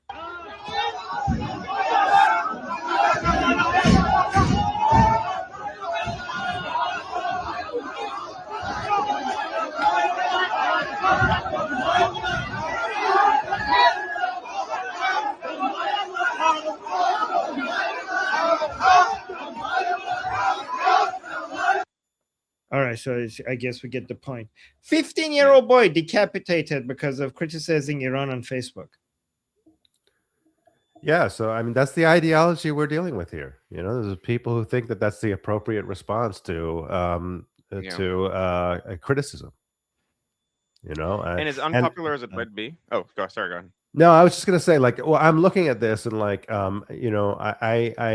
absolutely want justice, But this scene is itself like it's a bit troubling. Like, I mean, like this is just the thing. Like a 50-year-old boy is dead and tensions are inflamed. But I'm just seeing flags and seeing people like with camera phones. Like this feels like itself a sort of a political demonstration rather than a desire for justice. So this response itself. I don't know what's behind it, but I would find this response itself quite troubling. Because they're bringing their Shia flags. To me, this is like the Shia segment that is anti-Islamic Republic versus the Shia segment that is pro-Islamic Republic. Because if you are here for justice, why are you bringing your flags? Yeah. This looks like more like jihadi on jihadi, a sort of jihadi showdown. Yeah. No, these are not PMF flags because the PMF would be pro-Islamic Republic, not anti. So these people are probably anti-Islamic Republic. Yes, I was going to say, I thought it would be potentially an unpopular opinion, but apparently it's not. I'm glad the police stopped it because Iraq has the chance of becoming a proper law and order country. And you can't just have people doing vigilante justice. As disgusting as this is the role of the state to take care of. You can't just have people storm houses and then kill each other, and then you'll have revenge and, family feuds and so on, and honor killings. Yeah. I mean, the answer to something like this is not sectarian violence. Yeah, exactly. Someone did say, Motorride said 15 is already old in Islamic culture. That is true. It's already an adult. And that's why Hamas soldiers also start at the age of 15. And that's why when they say 20,000 children killed, they mean under the age of 18. But a lot of those are just soldiers that happen to be under 18, which is a Western construct for what a child is. Yeah. Yeah. And Amy was asking how old was he? He was. Yeah. Amy was asking how old was he? He's 15. Yeah. 15-year-old Iraqi boy has been decapitated. Yeah. For Facebook post. And just to be clear, Guy was not justifying his decapitation. Oh, no, absolutely. No, wow. They should be like. Wow. Thank you for clarifying that. I almost thought that Guy was pro decapitation of 15-year-old boys. But thank you for making that clear. Thank you. No, but guys, seriously, sorry. Cappy with a super chat saying El Sayed interview on Fox 8 p.m. with Jesse Waters. Oh my god. Ooh. Wow, that would be I would want to watch that. Thank you for telling us. We'll probably will review that tomorrow. Yeah, I mean, so this is the kind of thing that like I think it's going to be just political theater where each of them are sort of messaging to their own camp, and nothing really gets talked about. That's my prediction anyway, but hopefully I'm wrong. I disagree. I mean, it might be political theater, but I think it's important because Jesse Waters specifically is going to hold his feet to the fire. And if there are like people who haven't quite heard yet what El Sayed is about, then Waters is going to reveal it and make it easier for undecideds to become decided against him. Yeah, but thank you for telling us because we're probably going to watch it tomorrow here and respond to it. So thank you for telling us, Cappy. And Nima, thank you so much for the super chat saying September 30th can't come sooner. Wait, what is September 30th? Yeah, I don't know. The deadline for disarming the PMF in Iraq. Oh, the PMF. Oh, well, yeah. Hashtag Shabby, Popular Mobilization Front. Well, good thing Guy is here to remind us of it. Well, thank you. Yeah. Okay, good reminder, Nima. Thank you so much. Yeah, we'll see what happens. Ghalibaf was in Iraq recently trying to convince the Iraqi government to, instead of disarming them, to give the guns to the Islamic Republic to hold on so that once Trump is out of office, they could just give it back. That's the deal he was trying to make. In return for allowing Iraqi ships to go through the Strait of Hormuz, safe passage in return for that. So apparently they said no. And thank you, Nima. Thank you for the super chat. Two two more updates before we go to Israel.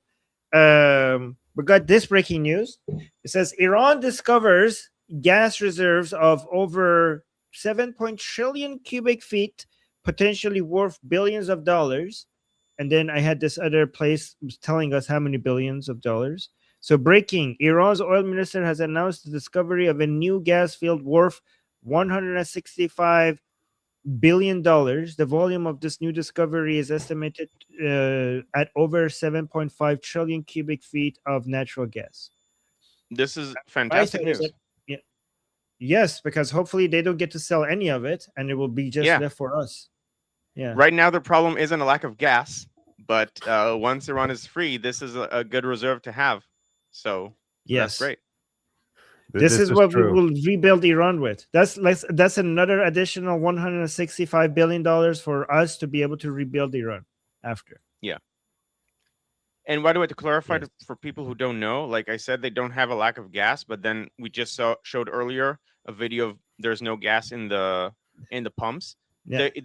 What they have is crude gas. They have a lot of crude gas, but they can't refine it because the Islamic Republic is dumb, and so they never made the effort of creating refining capability over the last almost 50 years. And therefore, they have to export their crude oil and then buy refined oil. And so they have a lot of unusable oil by them right now, which they would have to sell to be able to buy usable oil. So they do have a lot of oil, and at the same time, they have nothing they can use themselves. Yes, and most of this is something that has been very embarrassing for the Islamic Republic for the past few years, is that they're sitting on a lot of oil and gas, and by gas we mean natural gas, not the gasoline that the Americans mean when they say gas. So because that's refined, right? And they don't have enough refineries to turn their own energy into refined car fuel. So they have to export the oil and then get other people to refine it and then import it, which is embarrassing, right? For a country with this much natural resources to have to rely on other countries to refine their oil for them because they don't have enough refineries. Also, a lot of the refineries that the Islamic Republic relied on to get gasoline was in Russia, which Ukraine recently blew up. One of the reasons why there is a shortage of car fuel, gasoline in Iran is not just because of the blockade. It's also because of Ukraine blowing up Russian refineries. So that's an important addition. So apparently enough people weren't aware of this in the chat. So I'm glad I said this. I need to remember that there are new people potentially every time. So even things that are very obvious to us, and like we've talked about it a lot, we should you guys bring them up. Yes, this is something we Iranians have been making fun of the Islamic Republic for years. A country that is sitting on this much oil and gas has to import fuel for cars that run in Iran. It's really embarrassing. It's really embarrassing. Yeah. And I suspect the reason is because they're so impatient to get the funds, right? So they can have more money if they just invested, right, in their own energy infrastructure. They could make a lot more money, but they don't do it because they're so impatient to get the funds to Hezbollah. Yeah, and it's even worse. Like there is a gas field in the Persian Gulf with so much gas in it. It's crazy how much gas is in there. I forgot the numbers, right?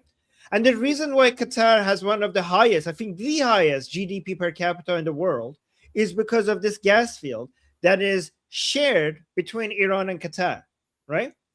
And one reason why Qatar doesn't want regime change, I think the main reason why Qatar doesn't want regime change in Iran is because the Islamic Republic's incompetence means that they cannot extract gas from this gas field at the level that Qatar is.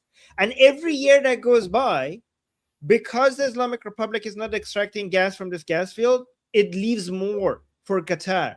And Qatar is taking all of this gas and leaving less for Iran because the Islamic Republic doesn't have the infrastructure and the ability and the technology to extract gas as much as Qatar is. And this gas field alone is one of the main sources of Qatar's wealth. and the Islamic Republic is just letting Qatar take it, and because it can't take as much. And that's one of the main reasons why Qatar loves the Islamic Republic, because they're enabled to take gas. By the way, speaking of Qatar, there's a very interesting report by the Financial Times. Apparently, Qatar has slashed its external funding by 85% because of the war. Like they had to rebalance their budgets.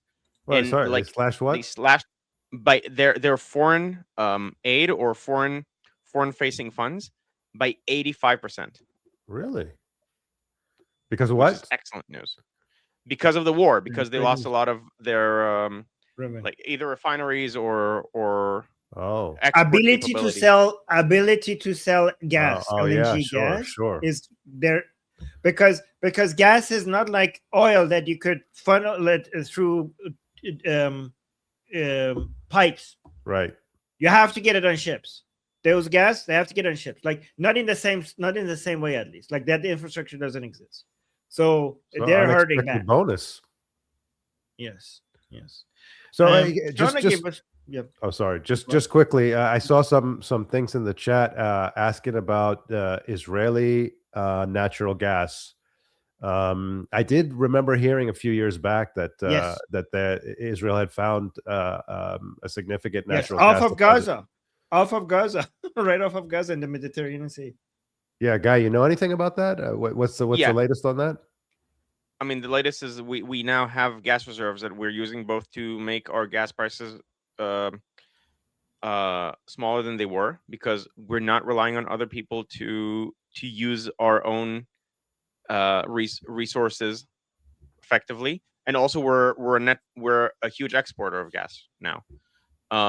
So it was a huge boon for Israeli economy, which was excellent before the gas reserves, but now we're also an exporter of energy, essentially, which is excellent. Yeah, that's fantastic. So I mean, so for everyone listening, I mean, the thing is that the Israeli economy, which is quite impressive, has been really built without energy as a natural resource. So this is coming at a time where Israel has already built a very, very dynamic economy, and now you say, okay, well, is it now an energy exporter? That is a massive boost to Israeli potential. Yes. Omid, who's an Iranian, is making a request to Israelis, saying, "Israel, can you conquer Qatar, please?" so thank you. So yes. So in a slightly serious response to that, someone in the chat said I look too serious. But nevertheless, I'll take my chances and continue being serious. In a slightly serious response, let me tell you something. Omid is being serious, but go on. Yes, I know. So they actually just bought, like a couple days ago, a few fueling tankers that you would only need if you need to do long-term flights. And where would they need to do long-term flights? So some people are like afraid that they might want to eventually attack Israel. And my response is, oh my God, please do. You're the size of a city. And if you start a war with us, that'll be the best thing that can ever happen. If you directly, Qatar, start a war, that's the best thing that could ever happen. So I don't think that they are. What? Qatar with what army? Yeah, I know. No, it's not. I don't like, people said this, and it's like, well, we know they're not, and there might be other uses, but we should keep it in mind. No, if they attack us, they'll attack once, and then they're done. So I hope they do that. It's not going to happen. Yeah, they won't do it. They won't do it. Yes. Did not. Shauna, thank you so much for the super chat, saying, I think I'll say it is either brave or stupid for going on Jesse Waters. Actually, I hope it's because Sayed is Saeed. I mean, Sayed, is it Sayed or Saeed? Sayed. It's Sayed. No, it's Sayed.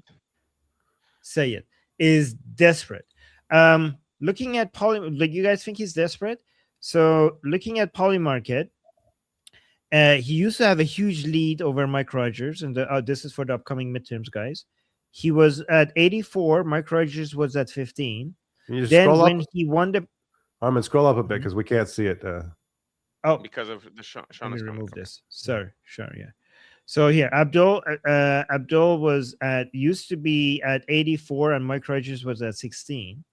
Then it came all the way down to 54. 55. So 56, Yeah, yeah, 55 for Abdul and 46 for Mike. But now the gap is increasing again, and Abdul is at 62, and Mike Rogers is at 39. So, however, I don't take this poll specifically seriously because the total volume of trade is a few $100,000. So you don't have like big people with smart money, yeah, like good point. taking part in it. So this is that's- not a poll I okay. take seriously. I mean, Because- I don't know how many people are invested in this, but presumably you have. I think least like the amount of hundreds. money matters more than the number. Yeah, that's also true. Yeah. But that's a good so I don't point. So think this is is a low number? Yeah. I mean, I think so. Like, if you assuming you have at least a few hundred people taking part, it's like $1,000 per person. It's not like there isn't like smart money involved here. There are people who are emotionally betting on things that they, and going off of just what they see on the news. No. Like I don't buy that argument for when it comes to markets. When people buying emotionally, you usually get adjusted by the people who take advantage of the arbitrage of the emotional people. Like yes, when you have enough. Yeah. When you have enough enough investment. Yeah. That's why I'm not taking this Okay, seriously. If you had like millions, but I then, don't okay. know. But I don't know. But I don't have a reference to see if this is a low number or not. So I have to see if this is considered low. So can you just look at, because if they still have the Francesca Hong governor's race here on Polymarket? To see how much was invested there. Say who? Where? Francesca Hong, Wisconsin governor primary. I have to look at that. So let me see. All right, sorry to spring it on you, but I can try to find it. Here, let me see. So meanwhile, while you're looking for it, I can say that I looked into the Vance corruption thing, and most of it seems to be a nothing burger. There's like there are several accusations that essentially amounted to nothing. There's one where like PolyFact is saying mostly true that he took a few tens of thousands of dollars that he was supposed to pay for fighting the opioid crisis, and then some of the people closest to him were part of it. But like I don't see anything here that would lead me to actually think that Vance had credible corruption charges while he was in office. There are allegations, but I don't see anything that makes me think that any of it was true. Yeah, Francesca Hong. There you go. So she had a total of $1 million. This was 3 million volume, for reference. Yeah. But you can see at the very end, the person who actually won just shot up to 100%. It's very close. David Crowley, who shot up to 100% at the very end. So what color is Francisco? She's not even here. I don't even see her. She's there. not even. Yeah, I mean, you have to there go all the way there down. was here Francesca Hong. Yeah, there we go. Yeah. But I don't see what color she is. Did she not appear? So what is? Yeah, what is? It doesn't make sense. She's so insignificant. She's not even the top 4. No, she was a front runner for most of it in the polls. Yeah, but everyone was sure that she was going to be the nominee. So saying that she basically was nowhere, not even in the top 5. So I think it's the negative space. So like all of them in total have less than 20. Or sorry, okay, Sean has more than 20, but like Francesca was whatever the negative space is, that would have to be her, right? Because if you have people here with like 30% at the highest, and then the next closest is less than 10, like see you see this percentage, the rest would have to be her. Okay. All right. Well, yeah, I wanted to see. This is not very user friendly. No, it's not. No. Yeah. Anyways, I think it's a bug. They should show her. Yeah. Yes. Justin, thank you so much for the super chat saying, I can't get over this. Yes, they could make more money if they just invest, but it's worse. They lose crude profit when purchasing back gas, and all while chanting death to US, knowing we could blockade them, how dumb are they really? So let me actually try to steelman them, right? The reason why they couldn't invest in all of this is because they don't have the technology, right? And so even if they have the capital, they can't. And why don't they have the infrastructure and the technology? Is because even if you're sitting on billions of dollars, you're dealing with sanctions, right? You don't have the technology developed inside Iran. So how do I invest when under sanctions? Who am I going to be able to buy this technology from to be able to do all of this, right? So then you might be telling them, then, okay, then why the hell are you doing all of this terrorism to be under these sanctions so you can't make this investment? Then the answer would be is because they're making more money out of the isolation and the monopoly of the business industries that they control than they would have made if they weren't a command economy, if they weren't isolationists, if they weren't doing anti-imperialism and anti-Zionism. So if you are thinking about the highest amount of benefit to Iran, then what they're doing is really, really dumb, right? But if you look at what is in the best interest of them individually as people who are now have entire industries under their control because of the isolationism and the lack of competition with international companies and the private sector inside Iran, then in that sense, what they're doing is actually makes sense. It's good for their own pockets. It's not good for Iran, but it's good for their own individual pockets. And yes, you're right, Justin. Not anymore, Armin. So say that again, guys, because that's important. Say that again. If you don't apply long-term thinking, which they don't. If you don't apply long-term thinking, and Justin is saying that exactly. But yes, not anymore, Armin. So it made sense at the time, but right now, like the long-term results of it is what you're saying right now. So not anymore. Yes. Yeah. So if you don't apply long-term thinking, go on.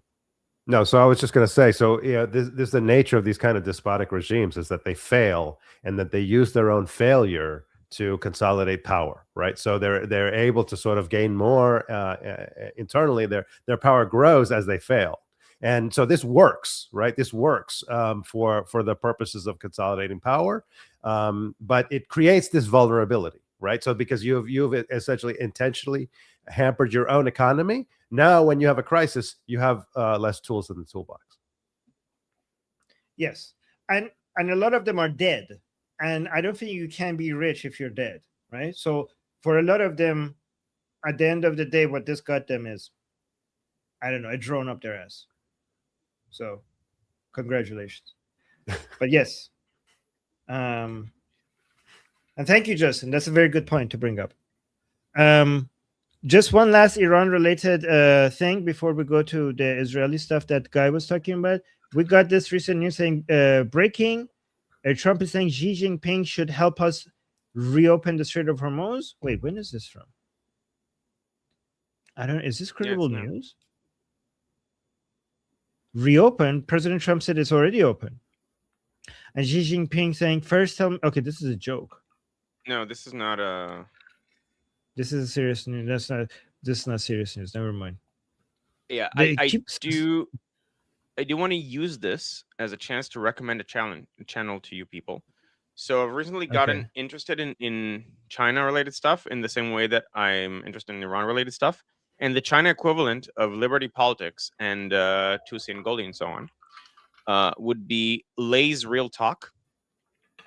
She does podcast. She does live streams as well, where she talks about recent developments. There was a very fascinating thing recently about, you see how people are actually getting fed up with the CCP and using speech in whatever way they can to fight them. There were 3 really interesting stories that she talked about in the last live stream about how people are getting fed up and it's pointing in a good direction.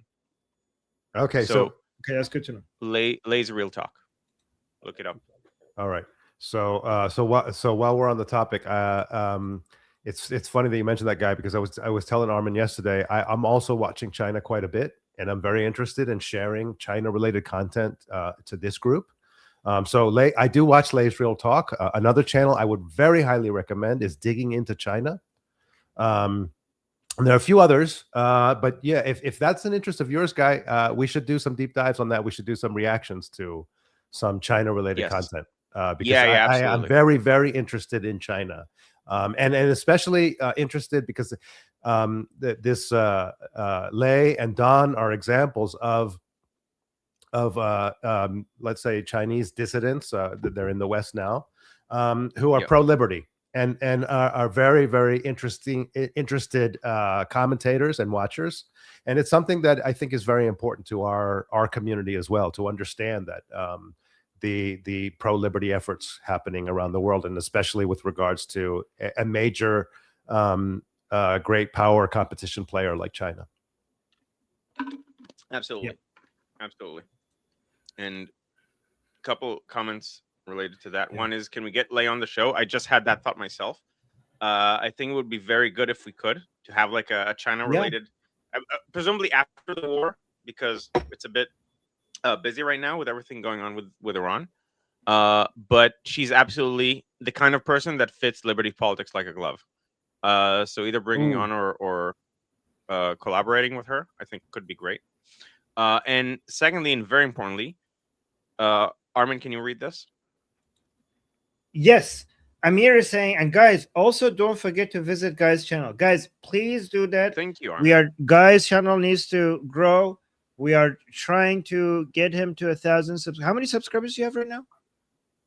At the moment, at this very moment, I have 809 subscribers. I started today with 802.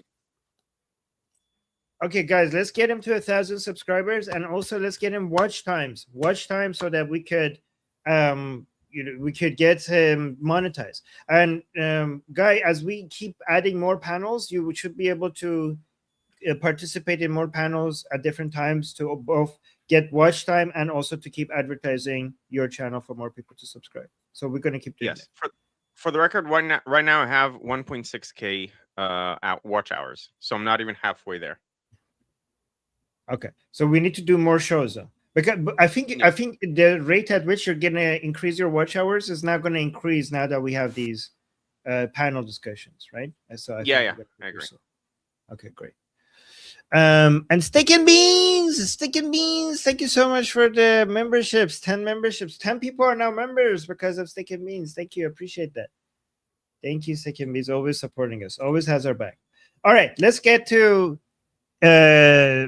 kites from Gaza. Guy, do you want to explain to us what's happening before I play these? Yes. So I sort of explained it a bit earlier. We'll do it again. Hamas is sending kites from Gaza to the outside. Now, it can also be used in a way to test like angles, trajectories, and so on for using those. Right now, they're just kites, but you can then use the kites and attach something to them, like a Molotov cocktail or something like that.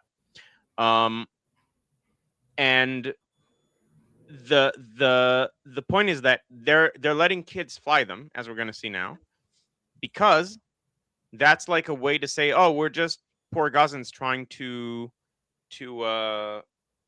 fly kites for freedom. They have like cartoons, like not cartoons,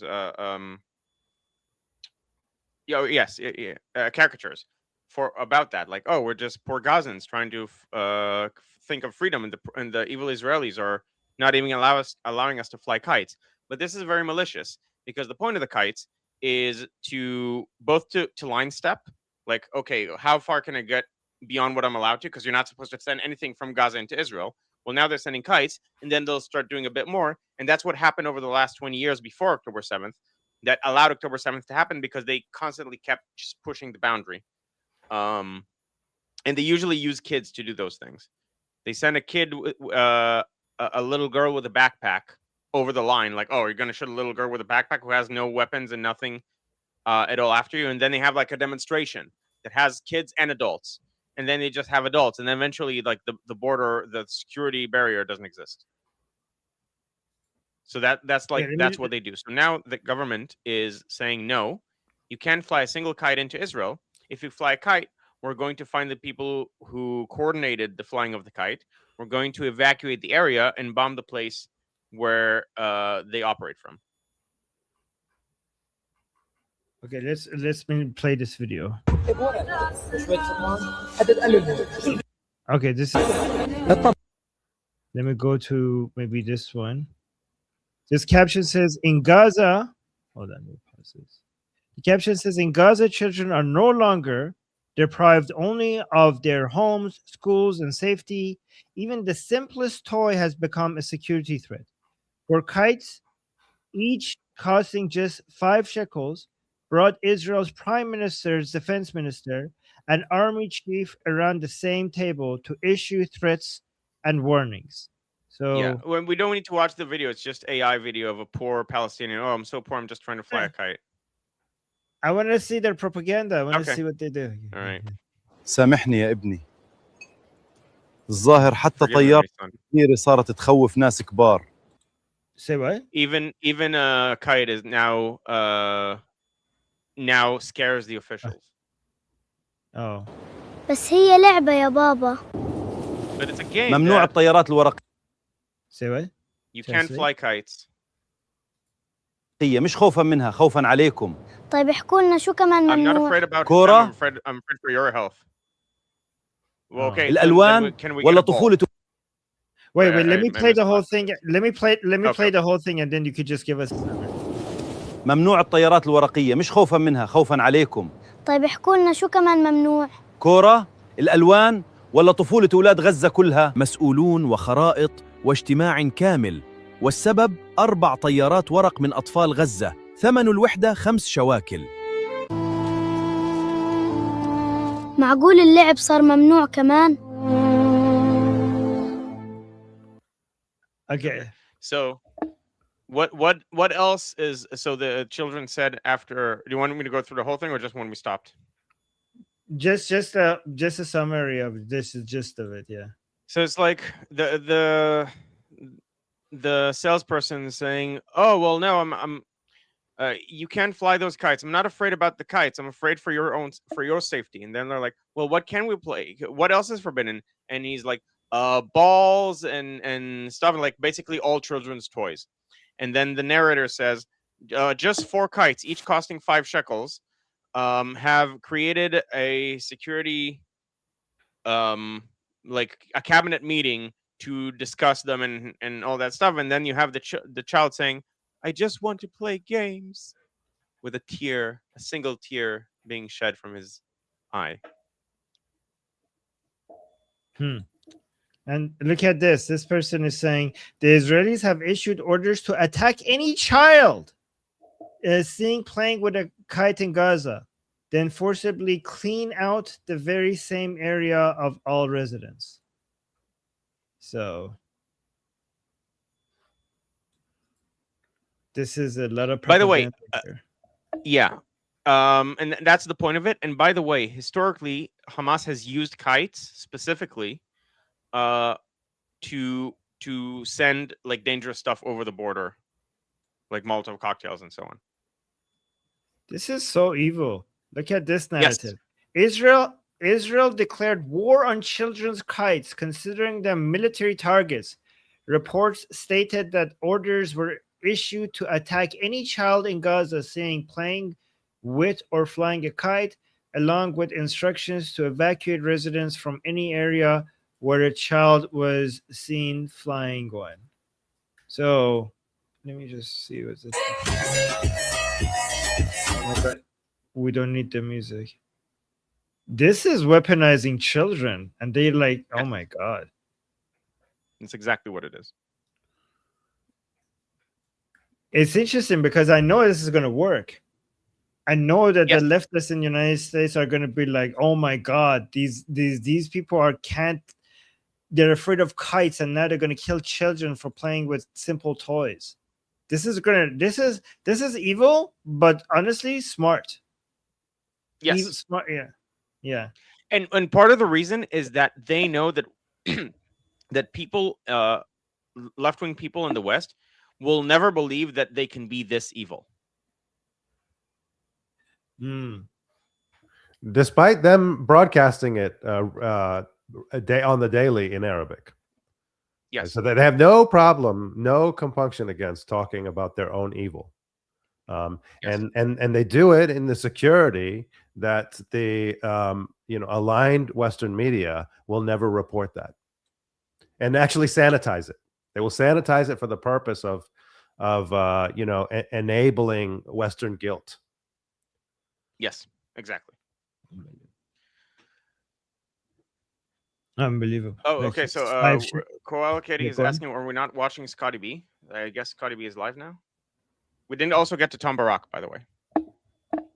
Oh, we are going to go after this to Tom Barak. So usually when there's a live discussion, or announcement, we wait for the clips of it to come out, and then we respond to the clips. Probably we're going to review it on Ali's segment later today. Ali is going to be all over everything because Ali has been waiting for exactly that. So we're going to, and then tomorrow, same time, we're going to talk about it as well. Right. So we're going to go to Tom Barak. Let's do the super chats first. Justin, thank you so much. I'll be right back, by the way. Saying, oh, okay. Saying, oh, they thought the business model of paying off world leaders not to hold them accountable was always going to work. They didn't factor in a world leader that wouldn't take the bribe like Trump. Yeah, they didn't factor in Trump. I agree with so that made all their calculations not work. That's right, Sid. That's I agree with that. So hold on. Let me see. They thought the business model of paying off world leaders not to hold them accountable was always going to work. They didn't factor in a world leader that would take the bribe like Trump. What is he referring to? So he's referring to crude oil. Yes. But who is they? Not refining crude oil. They thought there's Islamic Republic. They thought it would always be able to.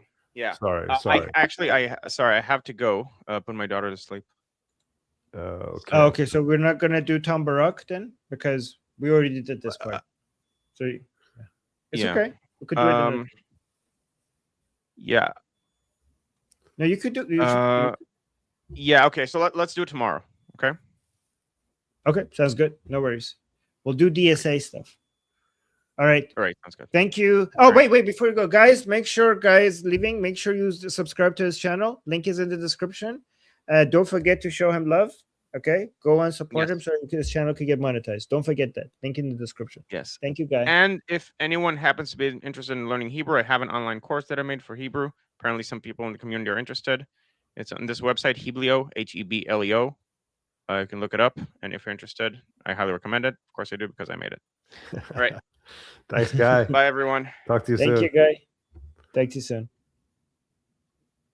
Okay, so going back to what Justin said. So Justin basically saying that, like, I think that is a fair point, Justin. That they do use the Islamic Republic does use their energy as a leverage to influence their energy wealth as leverage to influence world leaders and policymakers. And I think that Trump is benefiting from American energy independence, which he had himself had a hand in developing. So that's he is less. He's it's not to say that Trump isn't influenced by energy pricing, because clearly he is. But he has much more insulation, and way more insulation than, for example, European leaders who are very dependent on external energy, and in no small part because they refuse to develop their own resources. Yeah, but I do think that when Trump lost, to Biden, the Islamic Republic really felt like they dodged the bullet, and that they're safe now, right? Yeah. And then when he won again, all of their calculations, was for naught. Like the Islamic Republic would have survived for decades more if President Trump wasn't elected in office. That is 100% true. Yeah. And thank you, Justin, for the super chat. And then we have Cappy. Cappy, thank you so much for the membership gift. Thank you. And I'm remembering now. See, I almost forgot, but now I'm remembering that. And thank you always. Shauna with a super chat saying Shauna is saying, just have to point out that the child they picture is old enough to marry in Islam. Yes. Good reminder. Yeah. So exactly. I mean, Shauna makes a great point here because they sort of weaponize our emotional response to children. And at the same time, they are happy to put children in harm's way in order to advance their own political goals. So there's just like their calculation is, oh, you care about children. We don't, but you do. Okay, so we're going to use that, right, to advance our aims, and we should really be doing the opposite. And it's because they don't care about children that we have to oppose them. Yes. Yeah. It's really easy to see who's on the right side of this. Hold on, let me actually get these in the right order. And you start this one. Thank you, Shauna, by the way.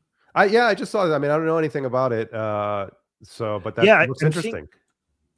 I'm looking at it right now. Yes, it fell 2% today. I wonder why. That's pretty good. That's good news. That's very good news for us. Timing given the economic D-Day.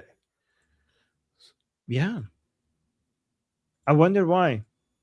2% in one day is significant. 2% in one day is very significant. So, thank you for telling us. 50 Fitness. Thank you. 50. Yes, thank you. All right, so let's do some U.S. politics. This is the list that I have. Just let me quickly go over them and see if you wanted to respond to them. This is Asmund Gold talking about Hassan Piker. I'm sure there's a lot of Muslims that hate Hassan. Like, I mean, you would never know that Hassan is a Muslim by anything that he does. He drinks alcohol. He has dogs. He gets involved with... Wait, Hassan Piker is a Muslim? Is he? I didn't know that. No, I would say that he's kind of a sort of a pro-Muslim influencer. But his behavior, I don't think that he talks so much about his faith or anything like that, right? So, or maybe even at all. I didn't know. I mean, I guess if he's a Muslim, then that shows how correct Asmund Gold is, because I didn't know. I haven't looked into it, but I don't really think that Piker calls himself a Muslim, but I might be wrong. I might be wrong, but I don't think so. Okay. He has dogs. He gets involved with all kinds of other random stuff. Like, I mean, I've never seen him pray. He doesn't have a Quran in the background, at least that I don't see. Like, I feel like I'm more of a Muslim. Oh, okay. So that's funny. That's probably true. Sean is saying cultural Muslim. Cultural Muslim would mean that you're visibly Muslim, but you don't believe in it, right? So, I don't think it quite means that, but I think it means that like you maintain the identity without strict adherence. No, that's a nominal. No, that's a nominal Muslim. A cultural Muslim has to culturally do something. So a cultural Muslim has to somehow demonstrate something Islamic about them. A cultural Muslim, so a nominal Muslim, in my opinion, believes but doesn't do anything. A cultural Muslim is the opposite of a nominal Muslim, in my opinion, right? A nominal Muslim believes in Islam, but doesn't demonstrate anything in their life that looks Islamic, right? A cultural Muslim is the opposite. A cultural Muslim says, I don't actually believe in this stuff. Yeah, right? But I agree. For cultural reasons, I do things that looks Islamic. Like I participate in the community. I do pray and fast. Exactly. Right? Yeah, exactly. Right. So I think I don't think we're in disagreement about that. Yeah. So just like Richard Dawkins called himself a cultural Christian, right? So he's saying like I reject all of the supernatural stuff, but I still sort of subscribe to the tradition in a sense. Like I maintain certain traditions. So I think that may be true. I don't know of Hassan Piker, but his behavior doesn't suggest that he's a cultural Muslim, maybe a nominal Muslim, but do you see what I'm saying? How a nominal Muslim and a cultural Muslim are the opposite of each other. Like nominal holds the belief, but without the aesthetics and the practice. A cultural Muslim has the aesthetics, but without the belief. So they're polar opposite of each other. And the reason why I think that wait, but before you go any further, because I want to clarify this. Like, so what would you say about Erdogan? Oh, he's both cultural and he's a Muslim both by belief and in effect. So, but as far as aesthetics, so he's from aesthetic so standpoint, Erdogan is just Muslim, fundamentalist Muslim. I know, but what I'm saying is that I don't think Erdogan's and Hassan Piker's aesthetics, I mean, just from appearance, are that different. Aesthetics is not just about what you're wearing. Okay. Do you go to a mosque? Do you pray? Do you fast? Yeah, I don't think he does that. Okay.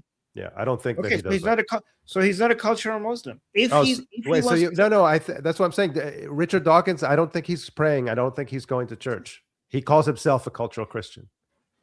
But maybe he's wrong. Maybe he's wrong.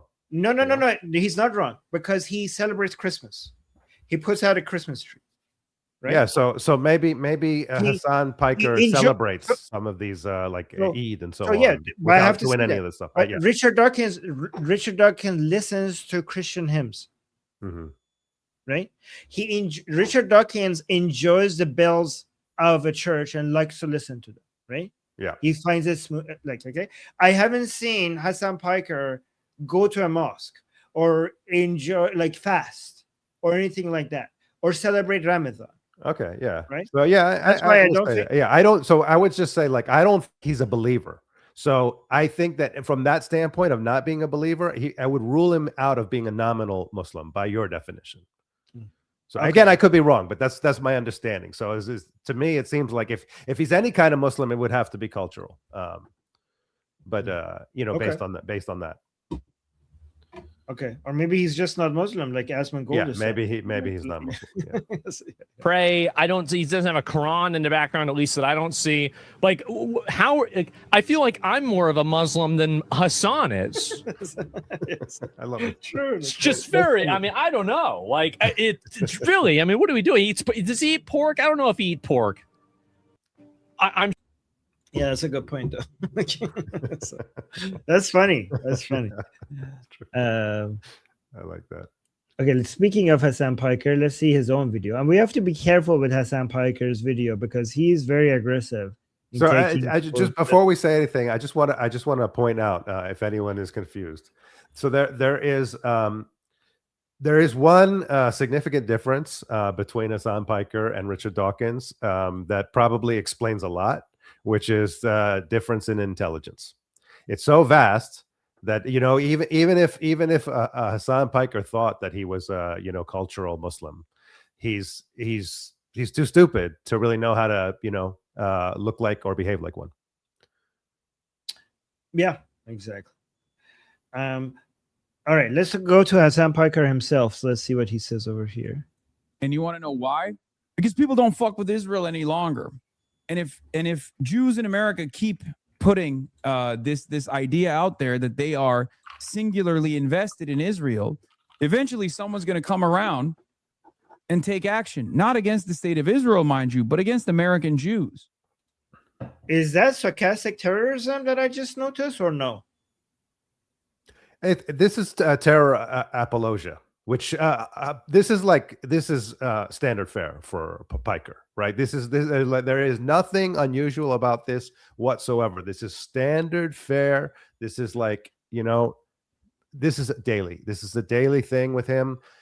Terror apologia is one of his core. What is terror apologia? Is that the same as making excuses, rationalizations for terror, right? So basically, it's just in here he's saying like, oh, look, it's bound to happen if you do what you're doing, right? It's bound to happen. Yeah. So it's victim blaming. It's victim blaming is what it is. It's victim blaming. Yeah. But is it also sarcastic terrorism, or am I getting that term wrong? No, yeah. So I guess my understanding of sarcastic terrorism is a little bit different. So I don't think that Hassan is engaged in violence against Jews himself. No, but that's what makes it sarcastic. Sarcastic means that you're not directly doing it yourself. If you say like, "Hey, you doing this you're putting the idea out there in people's heads." Yeah, that's. Yeah. So yeah, I mean, so maybe I might be a little bit confused about what it means. Like what I thought it meant is sort of like that. stochastic in the sense that it's like coming from many different directions, and it's not so organized. It's unorganized, sort of spontaneous type of thing. And what he's doing is creating a permission structure. So I don't want to say that it's neutral in this regard. But I just think that like we should be clear about what's happening here. But to me, the way I regard it is that he's rationalizing terror, which is terrible. So see, effectual insurrection is agreeing with me, saying, "Wow, Armin, I'm impressed. Stochastic terrorism is a great insight. Psychological operations have been running through media since 2015, and Obama ended Smith. The Smith, I don't know what that is. That act over there, but yeah, I and as soon as I didn't even know what's in this video, but as soon as I heard it, I was like, isn't that's my understanding of what this was. Like, listen to it again. I didn't even finish the video. And you want to know why? Because people don't fuck with Israel any longer. And if Jews in America keep putting this idea out there that they are singularly invested in Israel, eventually someone's going to come around and take action, not against the state of Israel, mind you, but against American Jews. It's like it would be a shame if something happens to you for defending Israel. That's what it sounds like. Yeah. So I'm just looking at the definition. So I think you're right, Armin. Stochastic terrorism is the use of mass media and public rhetoric by a figure with a platform to demonize a person or group. This incites random, statistically predictable acts of ideologically motivated violence by an unknown individual, even though the speaker never gives an explicit order or coordinates the attack. So I was really thinking about that violence level, but it seems like this is actually referring to the rhetoric level.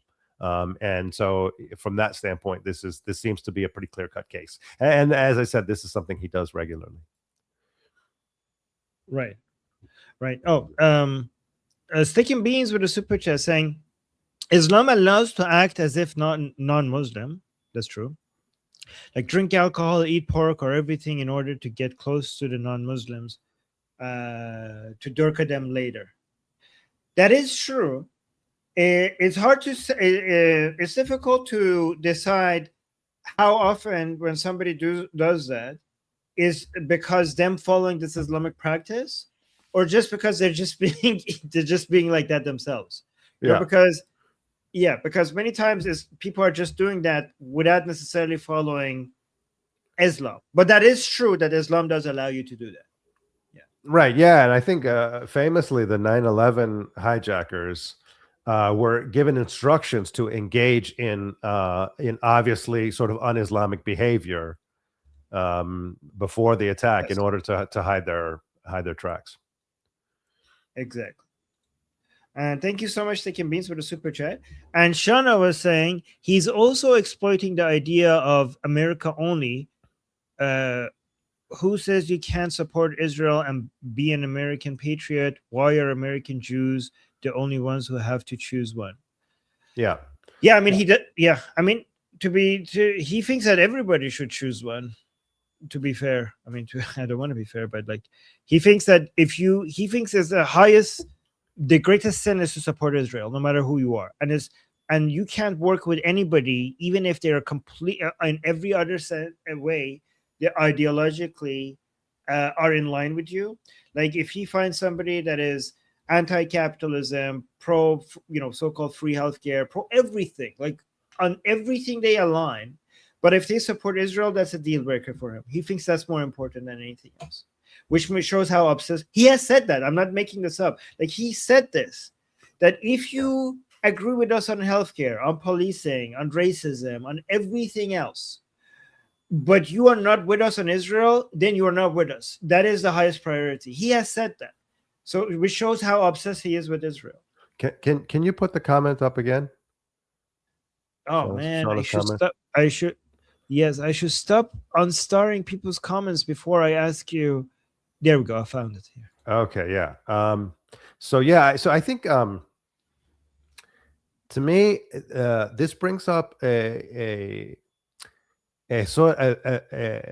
silver lining that maybe we don't necessarily realize, but there's something going on beneath the surface here that I think is worth us paying attention to. So, Shauna is saying, who says you can't support? You say that America only. I think maybe even America first, right? Who says these people say you can't support Israel and be an American patriot? That is the argument that they're making. But they often make it. So this is not Hassan's group. This is more on the right, isolationist right. Who said that you can't support Israel and be an American patriot, but they will often sort of try to advance a kind of a principle stance, which is you can't support any other country and be an American patriot. So any sort of feeling of allegiance to a foreign country other than American is not America first, and therefore not patriotic, right? But the singular focus is on Jews, or let's say not Jews, but supporters of Israel.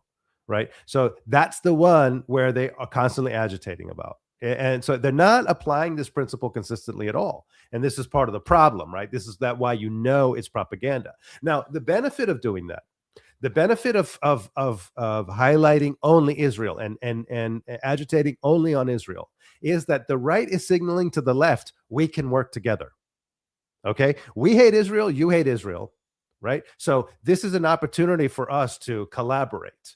But what I'm seeing is that collaboration is really not happening.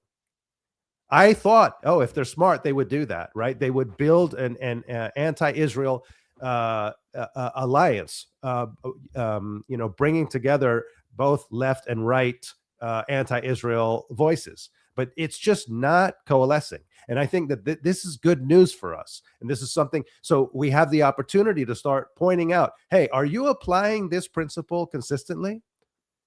Is any foreign influence problematic, or is only Israel? Is Israel the only country that America first has to antagonize, or is any country, any foreign country?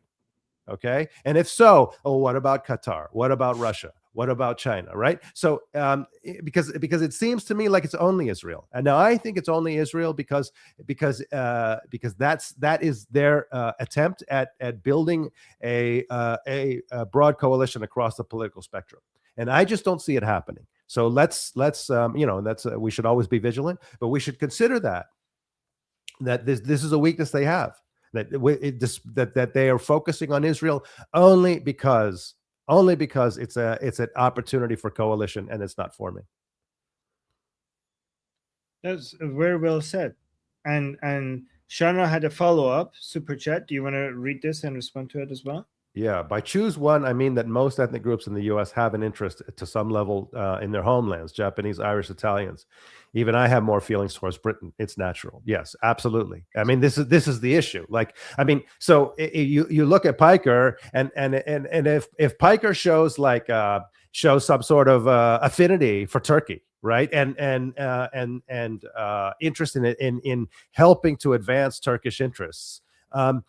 He doesn't violate his own rule, which is it's only bad if it's Israel.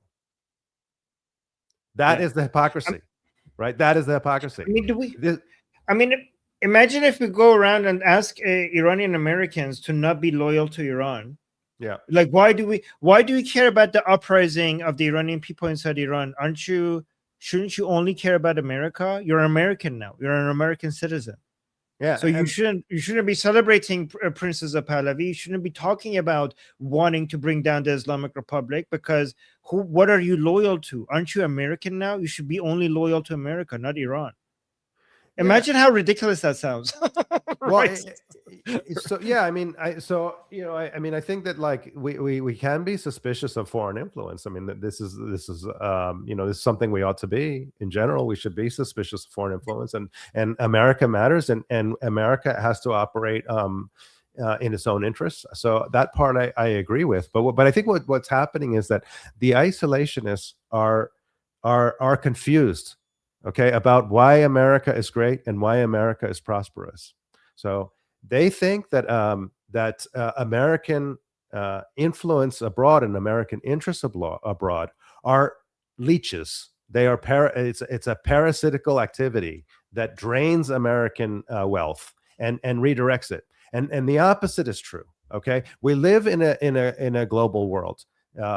like what happens in other parts of the world matter to us, and we need to advance our interests. We have to do that, and if we don't do that, somebody else will. Okay, it will be China and it will be Russia, and once they have a foothold, they will start to influence how American society runs. Do you want that? I don't.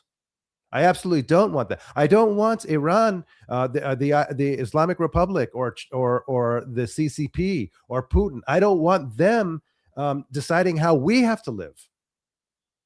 Okay, so if the idiots who think if we back off, if America backs off, everything will be cool and everyone will just leave each other alone, they are retarded. That is so fucking stupid. That's just not the way the world works. There is always great power competition. America didn't just decide, oh, we're going to be a great power. This has always been the case. Okay, as long as there's been civilization, there has been great power competition. We can choose to forfeit, or we can choose to try to win and compete. Okay, and not only should we choose to compete, we are more likely to win than our enemies because we have more advantages. We have some disadvantages. Okay, but we have more advantages. So we should choose to compete and we should choose to win. Otherwise, we should just say, okay, might as well become a vassal state of China. Okay, and deal with their illiberal system. And have them decide what we can say and what we can't say. Okay, and have them decide what economic agency we have and what economic agency we don't have. I don't want that. Okay, that was great. Guys, Sid is on fire, right? Like, let him know in the chat. Like, Sid is on fire. This is great. Really quickly want to go. People gave super chats and support as well. Effie gave us 1,500 joules. And not only that, this 1,500 joules gave the headliner effect, and apparently I missed it, but people said it looked really good.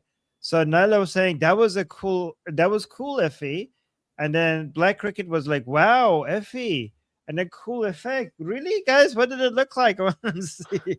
And then apparently it was so good that I missed it.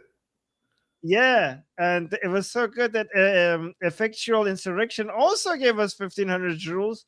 Thank you, Effectual Insurrection. Yes, to create the same effect as well. Apparently, that's how beautiful it was. Okay, thank you. Thank you for both of you for the 1,500 joules. That's very. I don't see. We don't see it in the StreamYards, huh? No, but I have my phone next to me and I see it. Oh, okay. I know. I'm watching Guy, but I wasn't even watching. If I'm looking, Guy is still streaming. Yes. And then we got another 10 joules from Effectual Insurrection. Thank you so much. And then Debbie just gave us a super chat saying, "Oh, this is what you were recommending, right?" Guy recommended it, but I do recommend it as well. I should also mention that Lay has another channel called Lay's Looking Glass, and it's less about politics and more about cultural stuff. But the inaugural episode was this really amazing story about the Chinese Jews who actually got there from Iran, from Persia. So it's also worth checking out Lay's Looking Glass. Thank you so much, Debbie, for the recommendation. And then Effectual Insurrection again gave us a super chat. Do you want to read this one?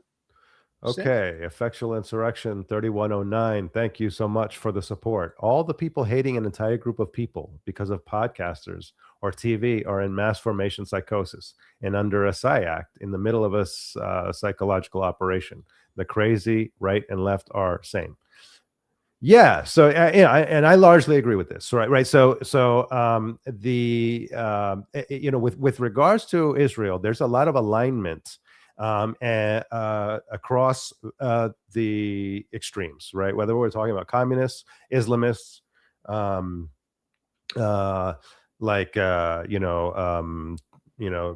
climate maximalists, trans liberation activists, right? Like, so this is a very kind of incoherent, ideologically incoherent group, but they seem to all be obsessed with Israel. But what I think is that there still seems to be some limitations to which to their ability to cooperate. And this is the good news, right? This is the good news. I mean, yes, it's terrible that everybody hates Israel and everybody hates the Jews. This is terrible. I mean, I don't think it is everybody. I think it is, but there is an alarming amount of it. But I do feel like we are being psyoped. We are being psyoped. But I feel like it's showing its limits too, and that's something we have to capitalize on.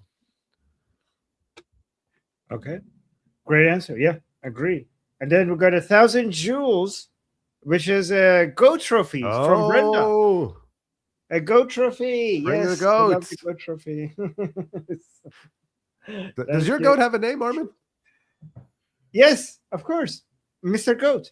Oh, Mr. Goat. All right. Yes. Okay. Thank you. Thank you for that, guys. Okay, we didn't actually finish this video. Okay. We're teaching people the wrong lesson. I don't know how people don't recognize how dangerous this predicament is, how dangerous this is for Jews. For Jews. You're running around basically tying your entire identity to a country that inevitably will be seen as basically Jewish ISIS. And you're saying, as Jews, this is all we care. I mean, there's only 2 more seconds left. Okay, sorry. Okay, Jewish ISIS to a country that inevitably will be seen as basically Jewish ISIS. And you're saying, as Jews, this is all we care about. You're making anti-Semitism worse. And you want to know? All right, go ahead. Okay, yeah. So, so I guess this is always the point of confusion for me, right? So, Jews are basically under constant pressure to condemn Israel, okay, for what he calls like the Jewish ISIS, right? What Hassan calls Jewish ISIS, but I don't see the opposite happening, right? So so now we have ISIS, we have the Islamic ISIS, right? And I don't see Hassan Piker putting pressure on Syrians or Iraqis, right, to reject ISIS, right, and to condemn ISIS in order to protect themselves from potential violence, and that never happens, right? Despite the fact that in 15 years in Syria we have a death toll that is multiples of all of Israel's wars put together.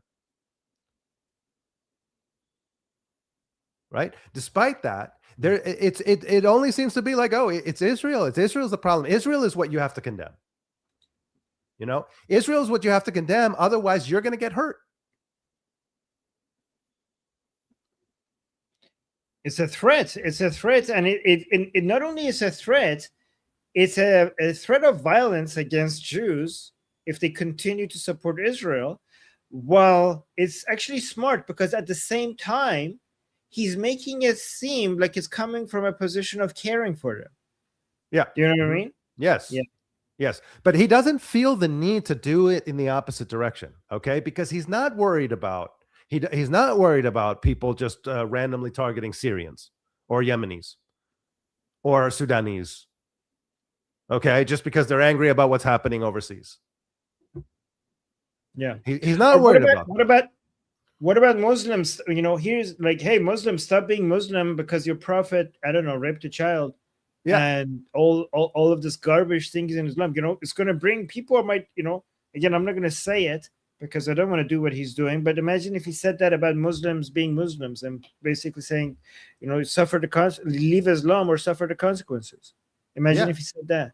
Yeah, so that's exactly what I'm talking about. So that the apologia and the rationalization for violence against Jews is being presented in a principled way, but that principle is not being applied any fucking where else, nowhere else. This principle that he's talking about, he's saying the Jewish ISIS. Well, what about the Islamic ISIS? What about the Islamic ISIS, bro? This is not being applied anywhere else. This is the game that they play. You come up with a principle, you say, oh, look what the Jews are doing. Look what Israel's doing. Genocide. Okay. It's genocide. And you must condemn Israel or else you're going to get hurt. I'm doing this for your own benefit. Meanwhile, there's genocides all over the fucking place, and nobody gets hurt, and nobody thinks they're going to get hurt. Nobody thinks that there's going to be some random attack on some random group, despite death tolls, like astronomical death tolls. Yeah. Even if we just look at what I'm comparing is 21st century conflicts to the entire history of the state of Israel.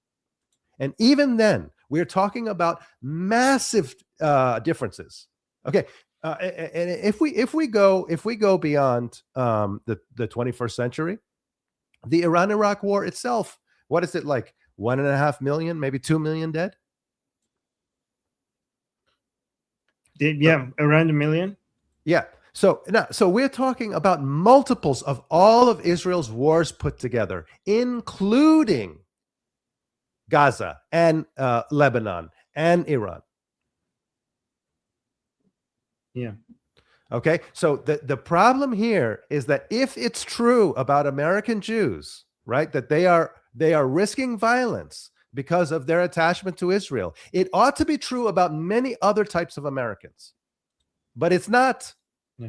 It's not. It's only the Jews. And it's only the Jews. Yeah. And you look at it, okay, so the reason why you could justify that is it has to be because what the Jews are doing is some unique evil. Okay, it's much worse than any other conflict. If that was true, then maybe that would make sense, but it's so obviously not true. It's so objectively not worse than other conflicts. And that alone is example of rank hypocrisy. Exactly. And Agent Anderson, thank you so much for the super chat, saying, basically summarizing what he just said, haters, basically saying, stop making me hate you. Yeah. So Agent Anderson's understanding of what's happening. Thank you, Agent Anderson. Yes, exactly. Okay. Listen to this. This is a bunch of DSA people having an online meeting / live stream.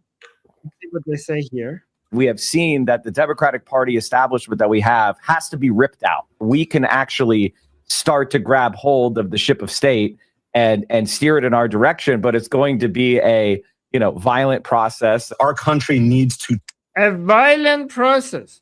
So guys, these are DSA activists and streamers, DSA, the Democratic Socialists of America, talking about mainstream Democratic Party. Like, so they want to state and steer it in our direction, but it's going to be a violent process. Our country needs to change, and this Democratic Party needs to change. I was more than glad to go on Hassan's stream. This is we need as Democrats, we need to go into these spaces.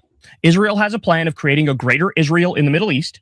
And Eretz Israel would require Israel to expand, quintuple its size by eating up half of Lebanon, parts of Iraq, parts of Egypt. This is so ridiculous because Israel has given up more land for the sake of peace than any other country in history. More relative to its size, Israel has given up the Sinai Peninsula and Gaza for the sake of making peace agreements with the countries around them and the rest of the world. Nobody has given up more land more than Israel. This is the most ridiculous accusation against Israel. Yeah. Quintuple. Yeah, go on. No, you want to play? That's okay. I can wait. No, go ahead. If you want to add something to this, and I'll play it. Yeah, no, I just want to say, like, okay, so this is something we can all pay attention to. We can all observe how often this is happening over and over again.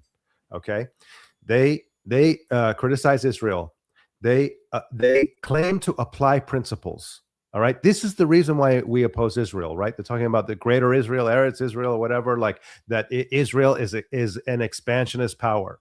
Okay, so I would assume from this that you have a problem with expansionist powers. I would assume from this that is the issue. You have a principled opposition to expansionist powers. Is that the case? If so, you should have a long fucking list. You should have a long fucking list of expansionist powers that you object to and you want to agitate against. If it's only Israel, that is a tell. That is a tell right there. If it is only Israel. What this as an Iranian, what I see when I see this, and I don't know a lot of people don't see it, okay? But I see it. Because to me, this is the Palestinian invasion, right? And I know I've explained this many times, and people don't understand what I'm talking about. People think the Palestinian cause is about something in Gaza. It's not about Gaza. The Palestinian cause is a virus that wants to take over different countries one by one by using the sympathy for the people in Gaza as a way to infiltrate, using Jew hatred and fake sympathy for the people in Gaza as a way to infiltrate in your country's politics, only because Islam is not as appealing as Jew hatred and fake sympathy for the people in Gaza. That's how they infiltrate into your politics. And the reason why I say that is because my country was taken from us this way. The Islamic Republic is a Palestinian occupation of Iran. And I say that to people, and people don't understand what I'm talking about. Like, what does that got to do? The Islamic Republic is a Palestinian occupation of Iran. It came there with the Palestinian cause, by the Palestinian movement, which is a virus of leftist and Arab supremacists and Islamic, I don't want to call them Islamists, but basically Muslims, jihadis, let's say, right? Yeah. And it's happening. And this, what I'm seeing right now is like, what has this got to do with Americans? What has this got to do with you filling your potholes or making things more affordable? These people talking about Israel is because that's how they get in. This is that same virus that took my country. I see it in the same way that it came to my country, is now coming into your country. And the fact that these people are winning elections and primaries shows that it's working.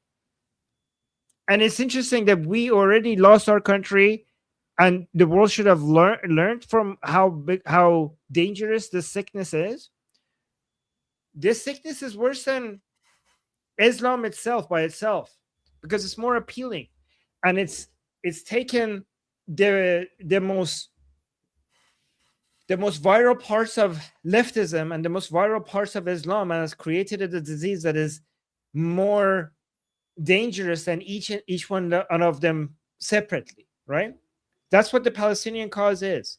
It's a combination of the best, the most destructive elements of leftism and the most destructive elements of Islam, and it's created a new monster, and it's called the Palestinian cause.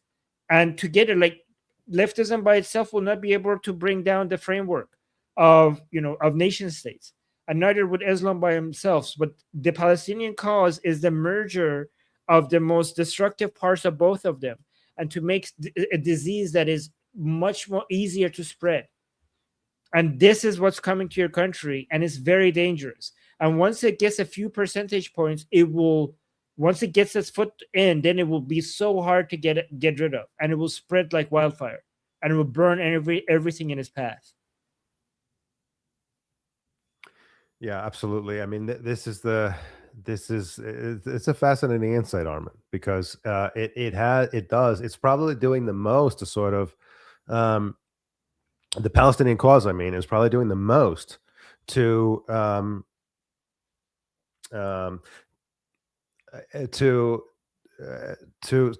of sanitize the worst aspects of Islam for the left, right? So that there are a lot of things that the left just would object to with regards to Islam, but by shifting the focus away from that, right, shifting it on this fake national identity, and positioning it as a sort of a perpetual oppression, they get the leftists to do the work for them, right? Like, look at what's happening right now. The DSA, they're talking amongst each other, like, how can we enable? They don't even know that they're doing it, but what they're doing is They're saying, how can we enable the forces of Islam, or of political Islam, to spread? That's what they're doing. This is the evidence that it's viral, because it is in many respects, it's contrary to their own principles. Right. But they put all that aside. All of that just gets thrown out the window, because in their minds they think, oh, you know what? We have to liberate Palestine first. We have to liberate Palestine first, and everything else can wait. Right? Yeah. Everything else can wait. You know, the trans-liberation, the climate emergency, you know, all of that can wait. Let me play the rest of this video. Its size by eating up half of Lebanon, parts of Iraq, parts of Egypt, most of Jordan, parts of Iran. It's not an accident that the same people that will take the AIPAC money take all the other money too. You know, where they're messaging each other like, oh, there's a war over here. Won't that be profitable for us? What if we started some instability over there? AIPAC doesn't care about democracy. AIPAC cares about what AIPAC cares about, which is the corporate interests, the billionaire class, and perpetuating this U.S. colony in the Middle East that is only able to exist with our taxpayer support. Oh my God. Yeah. So, I mean, look, you know, in the middle of the 20th century, an impoverished group of refugees,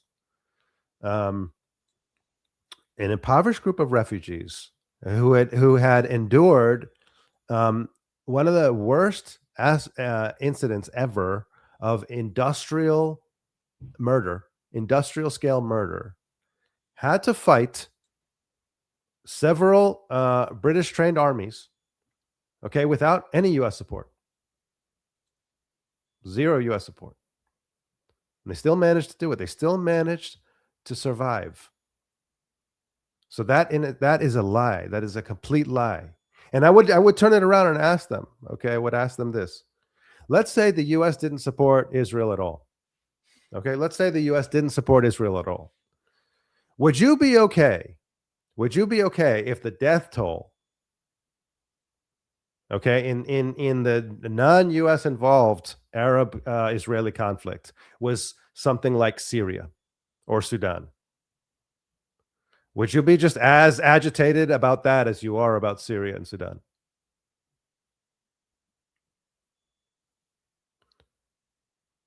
That's a good point. And the answer is no. The answer is no, because Israel has, or let's say the Palestinian cause has so warped them that no other issue matters. Yeah. Another several million people can die in Congo over the next decade, and they will still talk about Israel.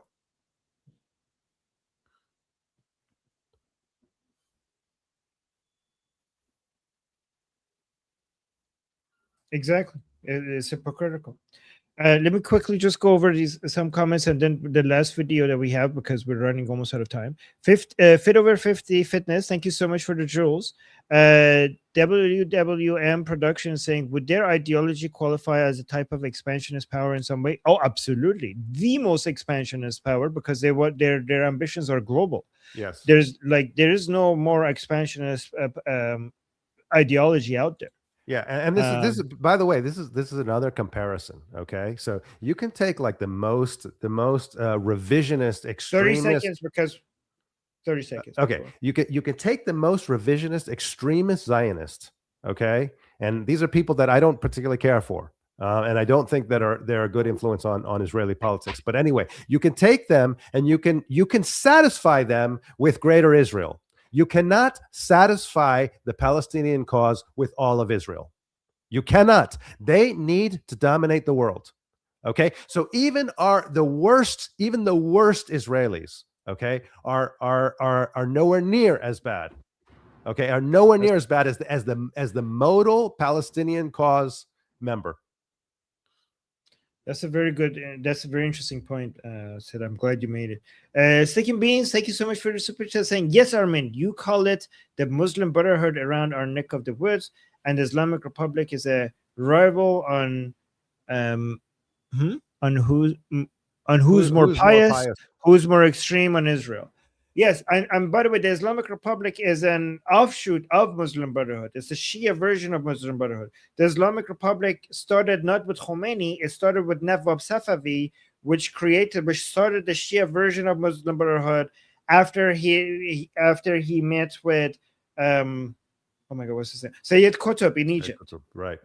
And yes. and Khamenei, Ali Khamenei, was a translator of Qutb, right? So Yes. yeah, so it's basically like he's delivering Muslim Brotherhood ideology to the 12er Shia, right? To 12er Shia Iran. That's exactly what they did. So yes, different theology, but very, very similar political ideology. Yeah, I mean, it's still within the Islamic Republic. There's still stamps that have Sayyid Qutb on it. Oh wow! And yeah, there and they go. Also so they're pretty much And thank you so much, Stick and Beans. And then Stick and Beans, thank you so much for the super chat saying, and the only reason they call it Palestinian is because Islam name of this land is Israel. Yeah, I mean, Palestine not mentioned in the Quran, not mentioned in the text at all. Palestine. Yeah, because it didn't exist, because it didn't make, Israel, but Israel is mentioned many, many times in the Quran, many times. Yeah. So I don't think we're going to have time for this video. Well, I'll save it for next time because I think it's important. Guys, first of all, thank you for everybody who has liked the stream. Yes. If you haven't, please do. It has a huge impact on our reach, so please go ahead and do that. Secondly, Guy was here earlier today, so please show him some love. Go subscribe to his channel. The link is in the description. Thirdly, we are going to go to our group discussion in about 1 hour. So consider joining our group discussion. We have group calls there every single day. And the link to it is in the description and also in the QR code in the top left corner of the screen. If you do not join our group call today, you could watch it on Liberty Politics YouTube channel, which because we're going to live stream our discussion there on Liberty Politics. So make sure you're subscribed to Liberty Politics YouTube channel and hit the bell notification so you don't miss watching our discussion over there. And that's us. And Sid, do you want to say anything before we go? Yeah. Thanks to the chatters. Thanks for your contribution. Thanks for the super chats and Jules. Thanks to our mods, and look forward to talking to you in our school group. Yes, we'll see you guys there. And until then, I'm Israel Chai, Slava Ukrainia, Cuba Libre, Taiwan Jiayo, Long Live America, Javid Shah, Payende, Iran. See you guys.